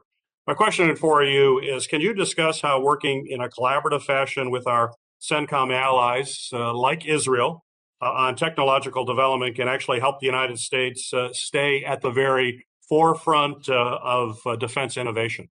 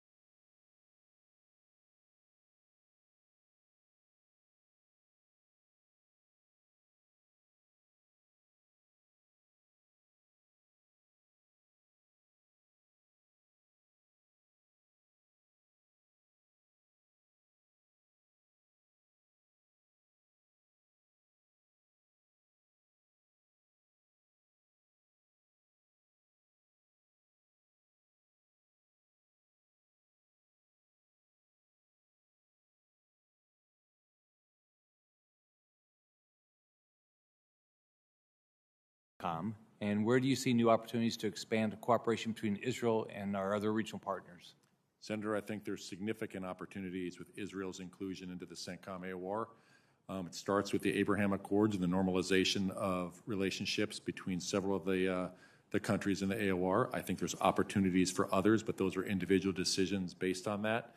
There's areas of security cooperation between Israel and other countries, particularly in integrated air and missile defense and other security areas. Thank you. What do you see, what do you think China's strategy in the Middle East is? So how is that completely different than ours? So, Senator, China has economic interest and influence that they're looking to gain in the Middle East and the CENTCOM region. They have a Belt and Road Initiative agreements with 18 of the 21 countries in CENTCOM. They have increased their spending in the Middle East by 360% over the last year. I think what we need to do is show their predatory nature of these agreements. They treat every country as if they're a client or a customer, where we deal in relationships and we treat them as allies and partners. And what do you think we ought to be doing to counter that? I think we strengthen those partnerships and allies to show them that we are still there for them. You think that takes money? I think it takes money. I think it takes presence. I think it takes engagements. All right. Thank you. Thank you, Chairman. Thank you, Senator. Thank you very much, Senator Scott. Now let me recognize Senator Kane, please. General Carrillo, thank you, and congratulations on your nomination. I look forward to supporting you. Just to state some facts at the outset that I don't think have gotten enough attention, and this is by way of thank you to the American military regarding the evacuation of Afghans. The United States military, in a very difficult environment, evacuated about 125,000 Afghans, 50,000 or so to third countries, mostly in the region, 76,000 to the United States. Of the 76,000 Afghans who have been evacuated to the United States, most came into Virginia at Dulles Airport or into the Philadelphia airport. I visited families at the Dulles Expo Center right near the airport as they were arriving. And then they were transitioned to 8 military bases around the country, all of these heavily supported by the DOD. 3 of the bases were in Virginia. As of today, 68,000 of the 76,000 Afghans have been resettled in communities across the United States with a multi-government, multi-agency effort, DOD, DHS, now the lead agency, NGOs participating in significant ways so the Afghans can begin a new chapter of life in the United States. I visited with Afghan families at each of the 3 bases in Virginia, Quantico, Fort Lee, and Fort Pickett. All those bases are now returned to their normal military operations, and there's no more Afghans there. Last week, the DOD indicated that the remaining 8,000 Afghans would be resettled likely by the middle part of this month. It's been an incredible effort to bring 76,000 Afghans here. In my visits with them, they express fear and anxiety, obviously, about the future and about the fate of loved ones in Afghanistan, but also deep, deep appreciation to the United States, to the U.S. military, to the opportunity that they're being afforded here to begin a new life that's a safer life than the one they left. The burden is still on our shoulders, though, to make sure that this resettlement of Afghans in the United States is successful. Most of the Afghans in the United States are under a 2-year humanitarian parole that expires at the end of 2 years from their arrival here. Mr. Chair, it is my hope that as we get into the NDAA discussion, much as in the past, the committee has grappled with SIV issues for Afghans who've worked in tandem with U.S. military, the committee might explore what we could do with respect to the humanitarian parolees in the United States. We talked about this yesterday. These matters are in the jurisdiction of the Judiciary Committee, but it has been common for the Armed Services Committee to grapple with SIV issues to support our Afghan partners, and I would hope we would explore ways we could be of assistance. But the scale of the effort, both on the ground in Afghanistan, tragically leading to the death of 13 troops, the injury of another 4 or 5 dozen U.S. troops, and the deaths and injuries of hundreds of Afghans. You know, I don't like to say that I can improve upon Scripture, but a powerful line of Scripture is, greater love hath no man than this, that he would have laid out his life for his friends. I can improve on that. It's greater love to lay down your life for someone you don't even know. And the fact that our 13 troops tragically lost their lives, but in doing so paved the way for 125,000 people to experience freedom and more security is a powerful thing, and we'll never forget their sacrifice. I want to ask you this question. Does the United States have military forces in Iraq right now purely to assist the Iraqi government in the ongoing mission to make sure that ISIS is defeated? Senator, they do. And in your view, is the government of Iraq a strong security partner of the United States in this mission? Senator, the Iraqi security forces are a very strong partner in this. The government of Iraq currently is forming after Muqtada al-Sadr gained a plurality of the last vote. Is the United States at war with Iraq? No, sir. I would renew my request to my colleagues that the war authorization against the government of Iraq, two of them actually, one passed in 1991 and one passed in 2002, be repealed, since they are now a security partner and we're not at war with them. The last thing I'll say, General, I would just encourage along the line that Senator Peters asked, attention to the situation in Lebanon. The Lebanese Armed Forces has been a reliable partner for the United States, and that's great. I think most accounts of Lebanon suggest that it is close to being on the verge of a collapsing state, and that poses such significant danger in the region, to Israel, to the Lebanese population, to other neighbors. The armed forces may be the one institution in that country where we can be a strong partner, but with other aspects of the government in or near collapse, attention from Centcom to that important historical partner is something I would urge. I appreciate your service, and Mr. Chair, I yield back. Thank you very much, Senator Kane. Do you have a comment, sir? I was just going to thank the senator for his support for our three bases that have 18th Airborne Corps soldiers on up in Virginia, Fort Lee, Fort Eustis, and Fort Story. Thank you, sir. Let me recognize Senator Blackburn, please. Thank you, Mr. Chairman and General. Welcome. Welcome to you and your family. And thank you for the time that you spent visiting with me last week. I really do appreciate that. And we discussed China and how they're focused on getting customers and clients, and the U.S. is focused on allies and relationships in the region. And I'd like for you to expand a little bit on how you're going to push back on China, particularly as we discussed last week with cyber and AI, how you're going to be able to do more with less, and what new capabilities are on your tick list for what you need to counter what Beijing and Moscow are doing. Senator, if confirmed, again, I would have to make an assessment of each of the countries in the area and the relationships and the inroads that China has made into each one of those countries. And each one, I think, would be individualized based on that. Okay. Exposing the predatory nature of their lending is a big part of that. I am concerned with the inroads that Huawei has made into several of the countries as they look to do their infrastructure, and we know the security concerns associated with that.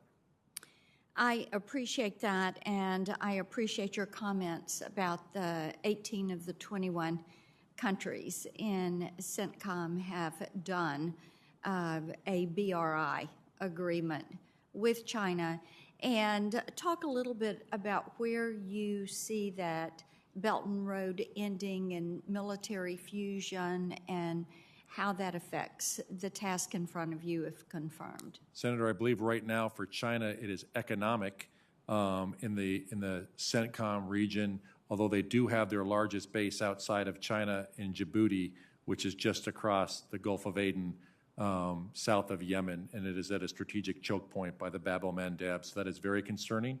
It allows them to do maintenance on some of their vessels while they're overseas. And my concern would be any expansion of that into the Centcom AOR if confirmed. And I've had the opportunity to visit our facilities and our presence in Djibouti, and it is of tremendous concern to me as you see how China is trying to expand in that region. We've talked a good bit this morning about Afghanistan, and this committee has put a good bit of attention on that. And I want to come back and kind of finish off a couple of questions that have been presented to you. Are there any instances where you think we should be sharing intel with the Taliban? And if that is done, would you commit to informing us, even if it's in a classified setting, that that has occurred? Senator, looking at the specific incidents, I think it's a case-by-case basis based on that with the Taliban. And I will commit to sharing incidences with both, I'll share it with the chairman and the oversight committees and the Secretary of Defense. For those of us on this committee, we've continued to look at what happened in Afghanistan, and for people like me that represent a major military post, and so many of our Tennesseans are with Fort Campbell, or they're posted at Fort Campbell, or they have served. And to see how this has, how it took place, the debacle that it became, has been of tremendous concern. One other thing on that, with the Taliban takeover there in Afghanistan, how do you assess Pakistan's role in supporting the Taliban in Afghanistan, and what is your assessment of how they're working to help get people that we're trying to get out of Afghanistan, how they're getting them out? Well, Senator, first off, thank you for your support for 101st Airborne Division at Fort Campbell, one of our 18th Airborne Corps units. Senator, I am not aware right now of what Pakistan is doing in my current role to assist in getting out. I think that is an area that we could potentially work with Pakistan on. I think they are concerned about the regional stability in the area and the violent extremist organizations inside of Afghanistan. The Tehrik-i-Taliban Pakistan, the TTP, is a very violent organization that has killed tens of thousands of Pakistanis, so they have a vested interest and a security interest with us on that, as well as the humanitarian crisis inside of Afghanistan. Thank you for your service, and thank you for being here with us today to answer the questions. Thank you, Mr. Senator. Chairman. Thank you, Senator Blackburn. Now via WebEx, let me recognize Senator Manchin, please. Can you hear me, Mr. Chairman? I can hear you, Senator. Thank you very much. General Carrillo, first of all, thank you for your service, and thank you for your intent to continue the service, and we appreciate very much. Let me just ask you this. ISIS remains a threat in Syria, as we all know, and most of its activity is focused on reestablishing networks, assassinating and intimidating local leaders and security forces, and extending its influence in rural areas throughout eastern Syria and Iraq. So my question would be, do you assess that the February 3rd killing of ISIS leader Qurayshi gave a significant blow to the ISIS in the region? And how do you plan to capitalize on lack of leadership if it did really truly break up their network? Senator, anytime a leader of any terrorist organization is taken out, it causes the leadership to have to figure out who will take over. It generally temporarily sets them back. It depends on the capability of that leader that was in charge. But then what it does, it also exposes that network as they communicate and try and find the next leader to replace them, and that provides opportunities. So the opportunity of intel right now is probably a premium. It is, Senator. Let me say this. I want to also tell you, sir, I appreciate so much the efforts that you all have made to protect all civilians, and we truly do. But we also know, I think Senator Tillis, both points. You had Senator Warren, who was concerned, and we're all concerned, and Senator Tillis identifying that basically they embed themselves in.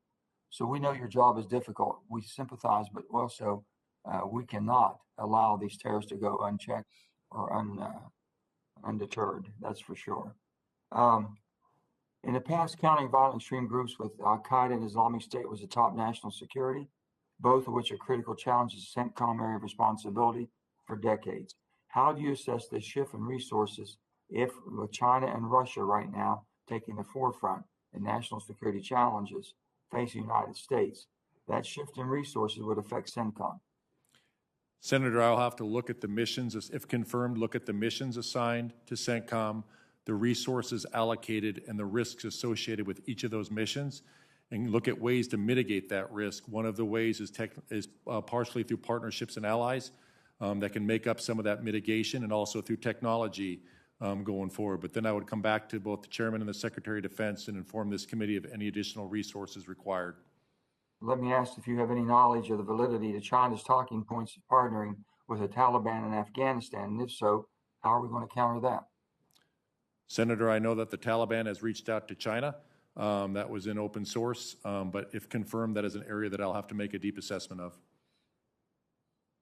And sir, National Guard operations with Centcom. In West Virginia, the National Guard already has a strong connection with Qatar through our state partnership program. I think it was one of the first in the Middle East. It might still be the only one, I'm not sure. We also had multiple units rotate to the Middle East throughout our wars with both Afghanistan and Iraq. Additionally, over 50% of the total force of C-130s are operated by reserve component units, and we have a large contingency of that also in West Virginia. Can you tell me how you think strategically when employing National Guard units in your area of responsibility? Senator, I have observed as the Centcom Chief of Staff that our National Guard and our Reserve provide tremendous capability into the AOR and can also help offset the impact on the active duty force as well. So you all, in your planning and operations and defense and things of that and security, you're using National Guard and their abilities is basically with your own forces? Senator, we've used the National Guard in all my experience in the Middle East. Well, let me say thank you. I appreciate very much. I yield back my time. Thank you, Senator. Thank you very much, Senator Manchin. Now let me recognize Senator Hawley, please. Thank you, Mr. Chairman. General, congratulations on your nomination. Thank you for being here. Let me ask you about disturbing reports in the Washington Post today. The headline is, Documents Reveal U.S. Military's Frustration with White House Diplomats Over Afghanistan Evacuation. The Washington Post has been able to see a 2,000-page Army investigative report. This committee has not been able to see that report. It's not, I don't think, been made public. The Post has it.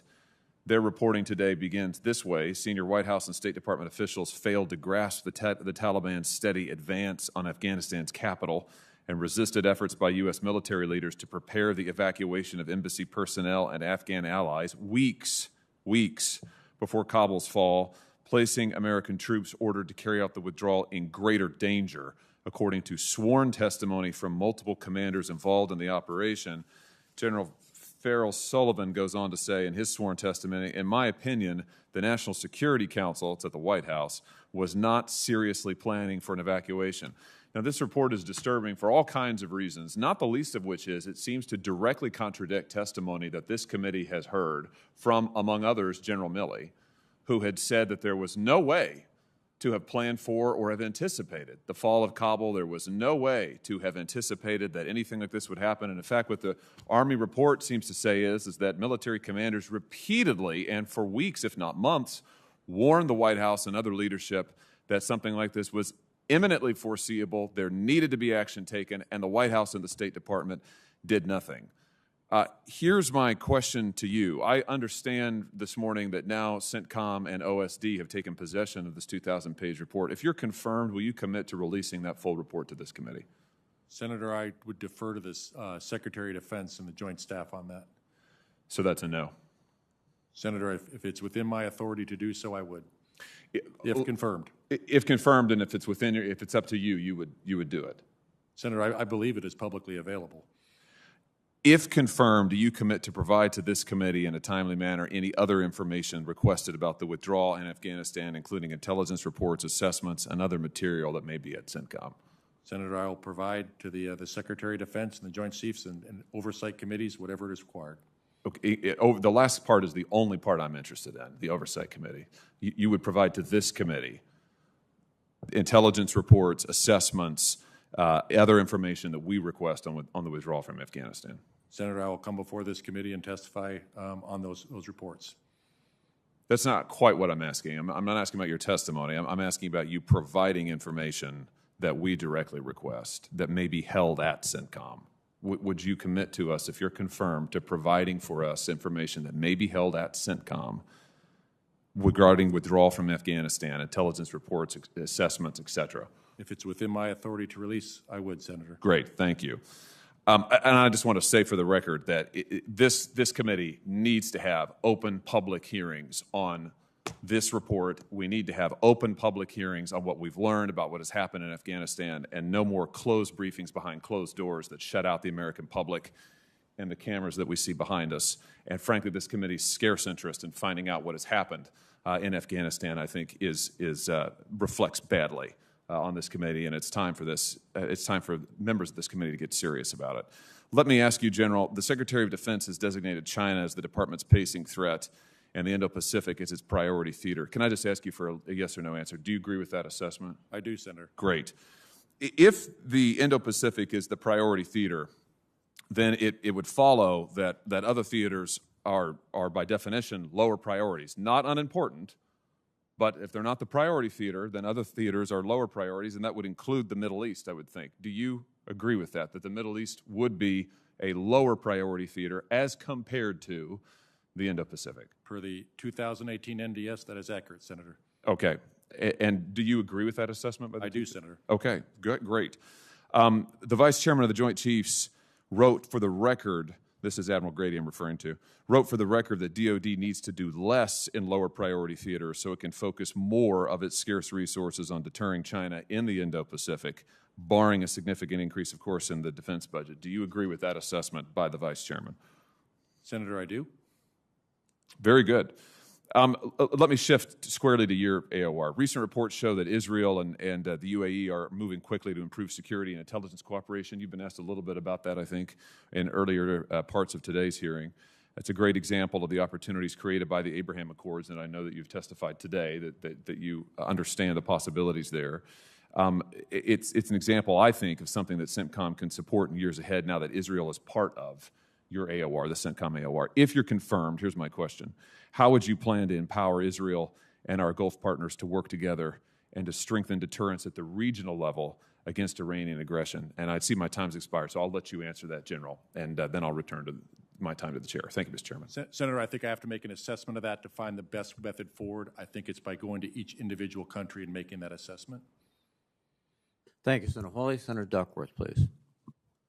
Thank you. I'd like to begin by disagreeing with my colleague from Missouri in saying that this committee has scant commitment to looking at what happened in Afghanistan. In fact, on a bipartisan basis, this committee passed the Afghanistan War Commission Act, which will set up an entire commission to look at the entire 20 years of the war in Afghanistan, including the evacuation. And it also provides for equal representation, equal opportunity for the ranking member and the chairman of both the majority and minority committees on SASC, on foreign relations, and on intelligence to appoint committee members, as well as the minority and majority leaders. I don't think it can be any more fair than that. And the fact that it passed on a bipartisan basis, I think makes it clear that this is going to move forward, and there's a commitment overall on a bipartisan basis to look at everything that happened in Afghanistan. With that said, I'd like welcome, General. Thank you. I want to apologize to you for cutting our call short the other day. You were very, very generous. It was one of those crazy days. I want to return to our discussion there, talking about the fact that after decades of focusing much of our budget and capability on Centcom, we are now shifting rightly towards the Indo-Pacific region. However, I do believe that Centcom remains a critical part of our overall strategy to push back against great power rivals, as senators on both sides of the aisle in this committee have pointed out, given that Russian and Chinese attempts to grow their influence in the Middle East, as well as Iran's ongoing push to develop its nuclear capabilities. I was really pleased to see the emphasis you place on partnerships and coalitions in your written testimony. And we do agree that we must better integrate our partners into our operational planning, and we must reinforce viewing their capabilities as the coalition's capabilities. So again, go with your pacing item. So we have to look at what our partners can do. Yet, as we discussed on our call last week, capabilities are more than just military equipment. This is why I truly believe that engagement and exchange programs, such as our International Military Education Training, the IMET program, is so critical to success in the region. What opportunities, General, do you see for partner engagement and exchange programs, including IMET, to retain influence in the region and prevent potentially malign actors from gaining a toehold in the Middle East? Senator, I believe IMET is one of our more powerful capabilities we have. When we bring foreign officers to the United States and we expose them to our democratic values, they understand us and they understand our society. that is very powerful in helping, because eventually they continue on up and become senior leaders in their respective countries. I think the partnership goes well beyond just military capability. It can also include intelligence. The one commodity we have a lot of is our intelligence capability and our intelligence sharing. Every country in the Centcom AOR would like to do intelligence sharing while still protecting our sources and methods that we use to get that intelligence. So I think that's an area that we can look to advance as well. Thank you. What reforms, if any, would help you to make these partner engagements and exchange programs more effective in Central Command? Senator, my attempt would be to make an assessment going into Centcom. I really can't give you that right now. I'd have to look at that, and I'd be willing to come back and provide that to you. Thank you. Thank you. We've already talked about the National Guard and the State Partnership for Peace program. Although that is not the only model, CENTCOM houses a unique program between the National Guard and the country of Israel. It's run at the National Guard Bureau level. The program allows Israel to tap into the Bureau's expertise across the National Guard's many missions and capabilities. It provides training opportunities for multiple National Guard units, including those from Illinois. This program was reaffirmed last year after an initial 15 successful years and now falls under CENTCOM. Could you speak to the value of this program and how it would fit into your objectives for Central Command if you are confirmed? Senator, I'd have to make an assessment of that and then come back to you. Okay. Along with my partner across the aisle, Senator Cornyn, I fought to include a provision in last year's NDAA that pushes for a partnership between the National Guard and Taiwan. After reviewing my legislation, the National Guard Bureau believes that partnership with Israel provides the best model for a comprehensive engagement with Taiwan. If confirmed, once you've had a chance to review, would you make resources available within CENTCOM, either yourself or your staff and planners, to help implement a similar program between National Guard and Taiwan that is similar to the partnership with Israel, if requested? Senator, I'd have to make an assessment on that, reference Taiwan being in the Indo-PACOM AOR. Right, but if they came to you and said, hey, can you tell us how it works with Israel? Would you be willing to share that information with Admiral Aquilino and the folks dealing with the Taiwan version? Absolutely. Thank you. I look forward to you being confirmed. And again, I apologize for the abruptness of our call, abruptness of this, but I look forward to working with you in the future. Thank you, Senator. Thank you. Thank you, Senator Duckworth. Senator Kelly, please. Thank you, Mr. Chairman. General Carrillo, congratulations on your nomination, and thank you for being here today. You certainly have extensive experience, and I know you've spent a significant amount of time in the Centcom AOR, so I know you understand some of the challenges that await you. I noticed that your former boss, General Votel, commended your engagement on adoption of technologies like artificial intelligence, calling you an early adopter, and emphasizing their applicability for Central Command. As chair of this committee's panel on emerging threats and capabilities, leveraging AI and other autonomy technologies is something that I'm very focused on. And we often discuss this in the context of great power competition.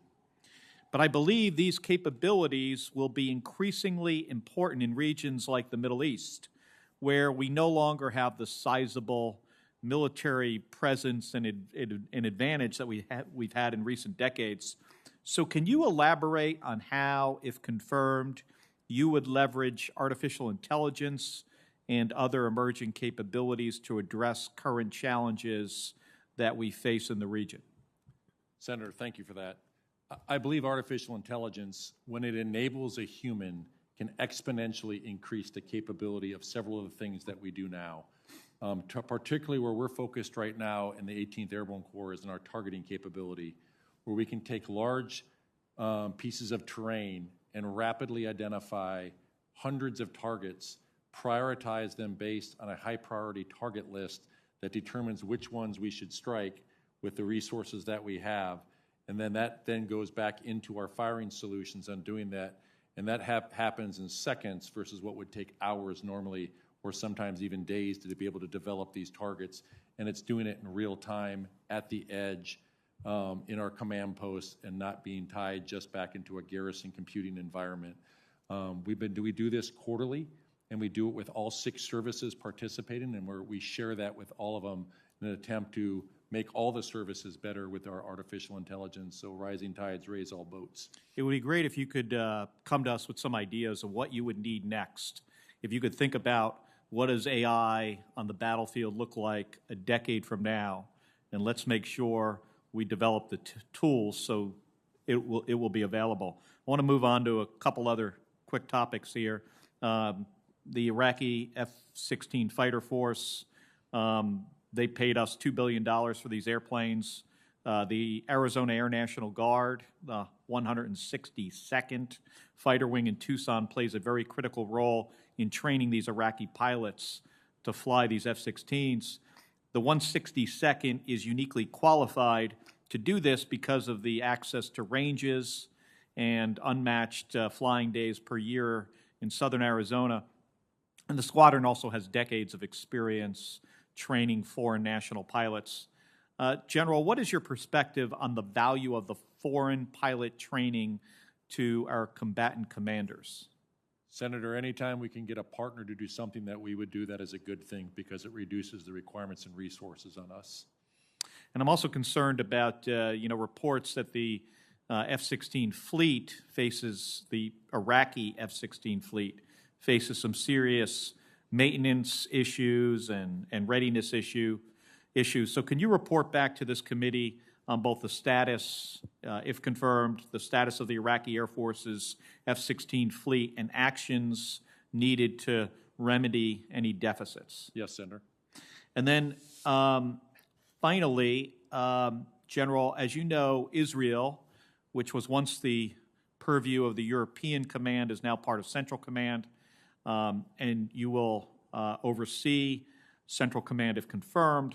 While there are a number of challenges and opportunities facing Israel, one concrete action we can take is to support our ally is ensuring replenishment of the Iron Dome system, which was incredibly successful in the May 2021 conflict, but also has been depleted.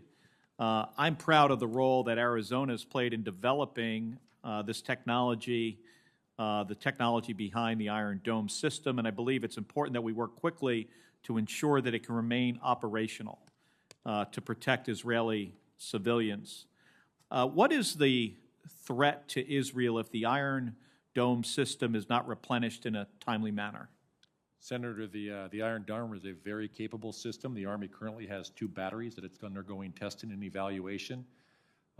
Israel does face a significant threat with literally hundreds of thousands of missiles, both in Hezbollah and both in Hamas. So what it does is a great defensive weapon system. So I am very supportive of the Iron Dome. Okay, well, let's make sure we work together to ensure that we replenish and return Iron Dome to its full operational capability. Senator. Thank you, General. Thank you, Senator Kelly. I've been informed that Senator Rosen is finishing up her questioning in another committee and will shortly be available via WebEx. That will give me the opportunity, General, to ask 1 or 2 more questions. First, Russia has a significant footprint in Syria, and Russia now is confronting NATO in Ukraine. But going back to Syria, how do you project their role there together with their pretensions with respect to Ukraine? Senator, I believe if Russia does invade Ukraine, they would not hesitate to be able to act as a spoiler in Syria as well. Already we see it as one of the most contested electromagnetic spectrum environments that we're currently operating in. So I believe they're a competitor of ours. So when you assume command of Centcom, you'll be very sensitive to reactions within Syria by the Russians that may be a consequence of something happening in Ukraine. Is that fair? Absolutely, Senator. And again, I don't believe Russia wants to go to war with us, and I know we don't want to go to war with Russia, so I would be very sensitive to that. Thank you very much. I believe that Senator Rosen is available, so now via WebEx, let me recognize Senator Rosen. Well, thank you, Mr. Chair. Of course, thank you, Ranking Member Inhofe, for holding this hearing. And I would also really like to thank you, General Carrillo, for meeting with me last week, for your lifetime of service and your willingness to continue serving and leading the men and women of our armed services. And so, as I've noted in previous hearings, as you and I have discussed, Iranian-backed militias are increasingly targeting U.S. installations and service members in Iraq and Syria via rocket and drone attacks. Iran, the world's leading state sponsor of terrorism, continues to threaten the U.S. and allied interests in the Middle East and around the world via not only its ballistic missile program, but also its support for Hezbollah and the Islamic Republic's multitude of terrorist proxies. So, General, can you discuss the threat Iranian-backed militias in the Middle East pose to our U.S. troops and our allies, and how do you believe the U.S. should respond to their proliferation of attacks? How are you going to take on this challenge if confirmed, and what's our ability to target them? Do you have everything you need? Senator, I will not be able to make an assessment if we have everything I need until, if confirmed, actually make that assessment. It is a big concern of the Iranian-aligned militia groups that are currently operating both inside of Iraq and then other elements operating inside of Syria, going after our service members. I will always protect our people, and I would take action against them if they took action against us. Thank you.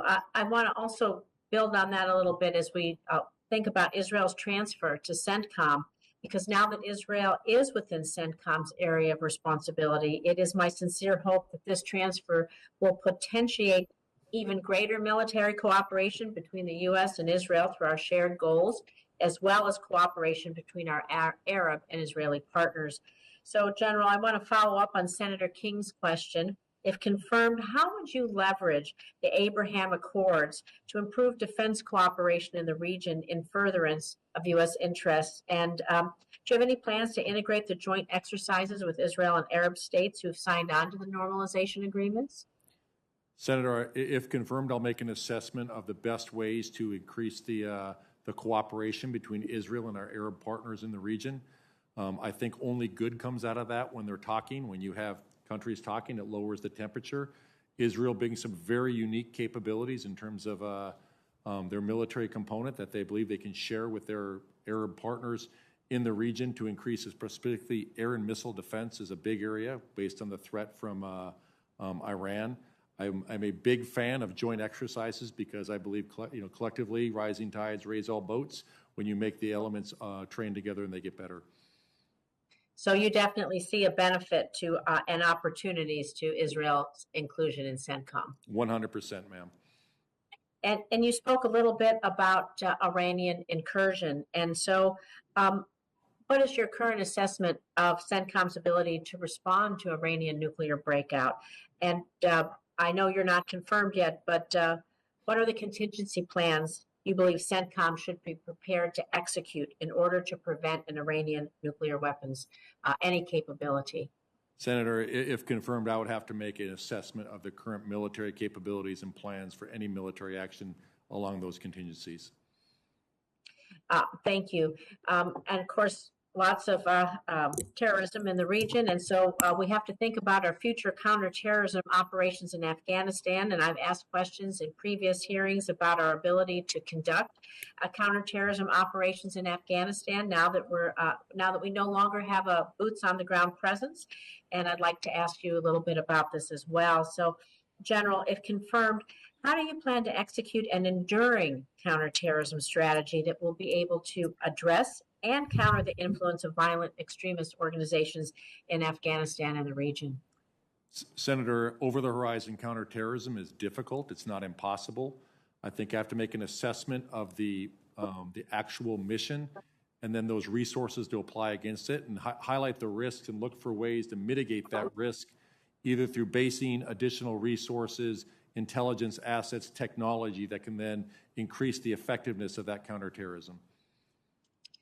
Thank you. I see my time's just up, so I'll submit this for the record, but I just wanted you to think about what the collapse of the Afghan government, how it's going to affect ISIS, Al-Qaeda in Iraq, Syria, and the Arabian Peninsula. I'll submit these questions for the record. Thank you, Mr. Chairman. I yield back. Thank you, Senator. Thank you, Senator Rosen. General, let me thank you and your family for a lifetime of distinguished and dedicated service to the Army and to the nation. And I think you've persuaded all of us, I suspect, that you have the character, the experience, and the judgment to lead Centcom. I look forward to your confirmation. With that, I will adjourn the hearing. Thank you, Chairman.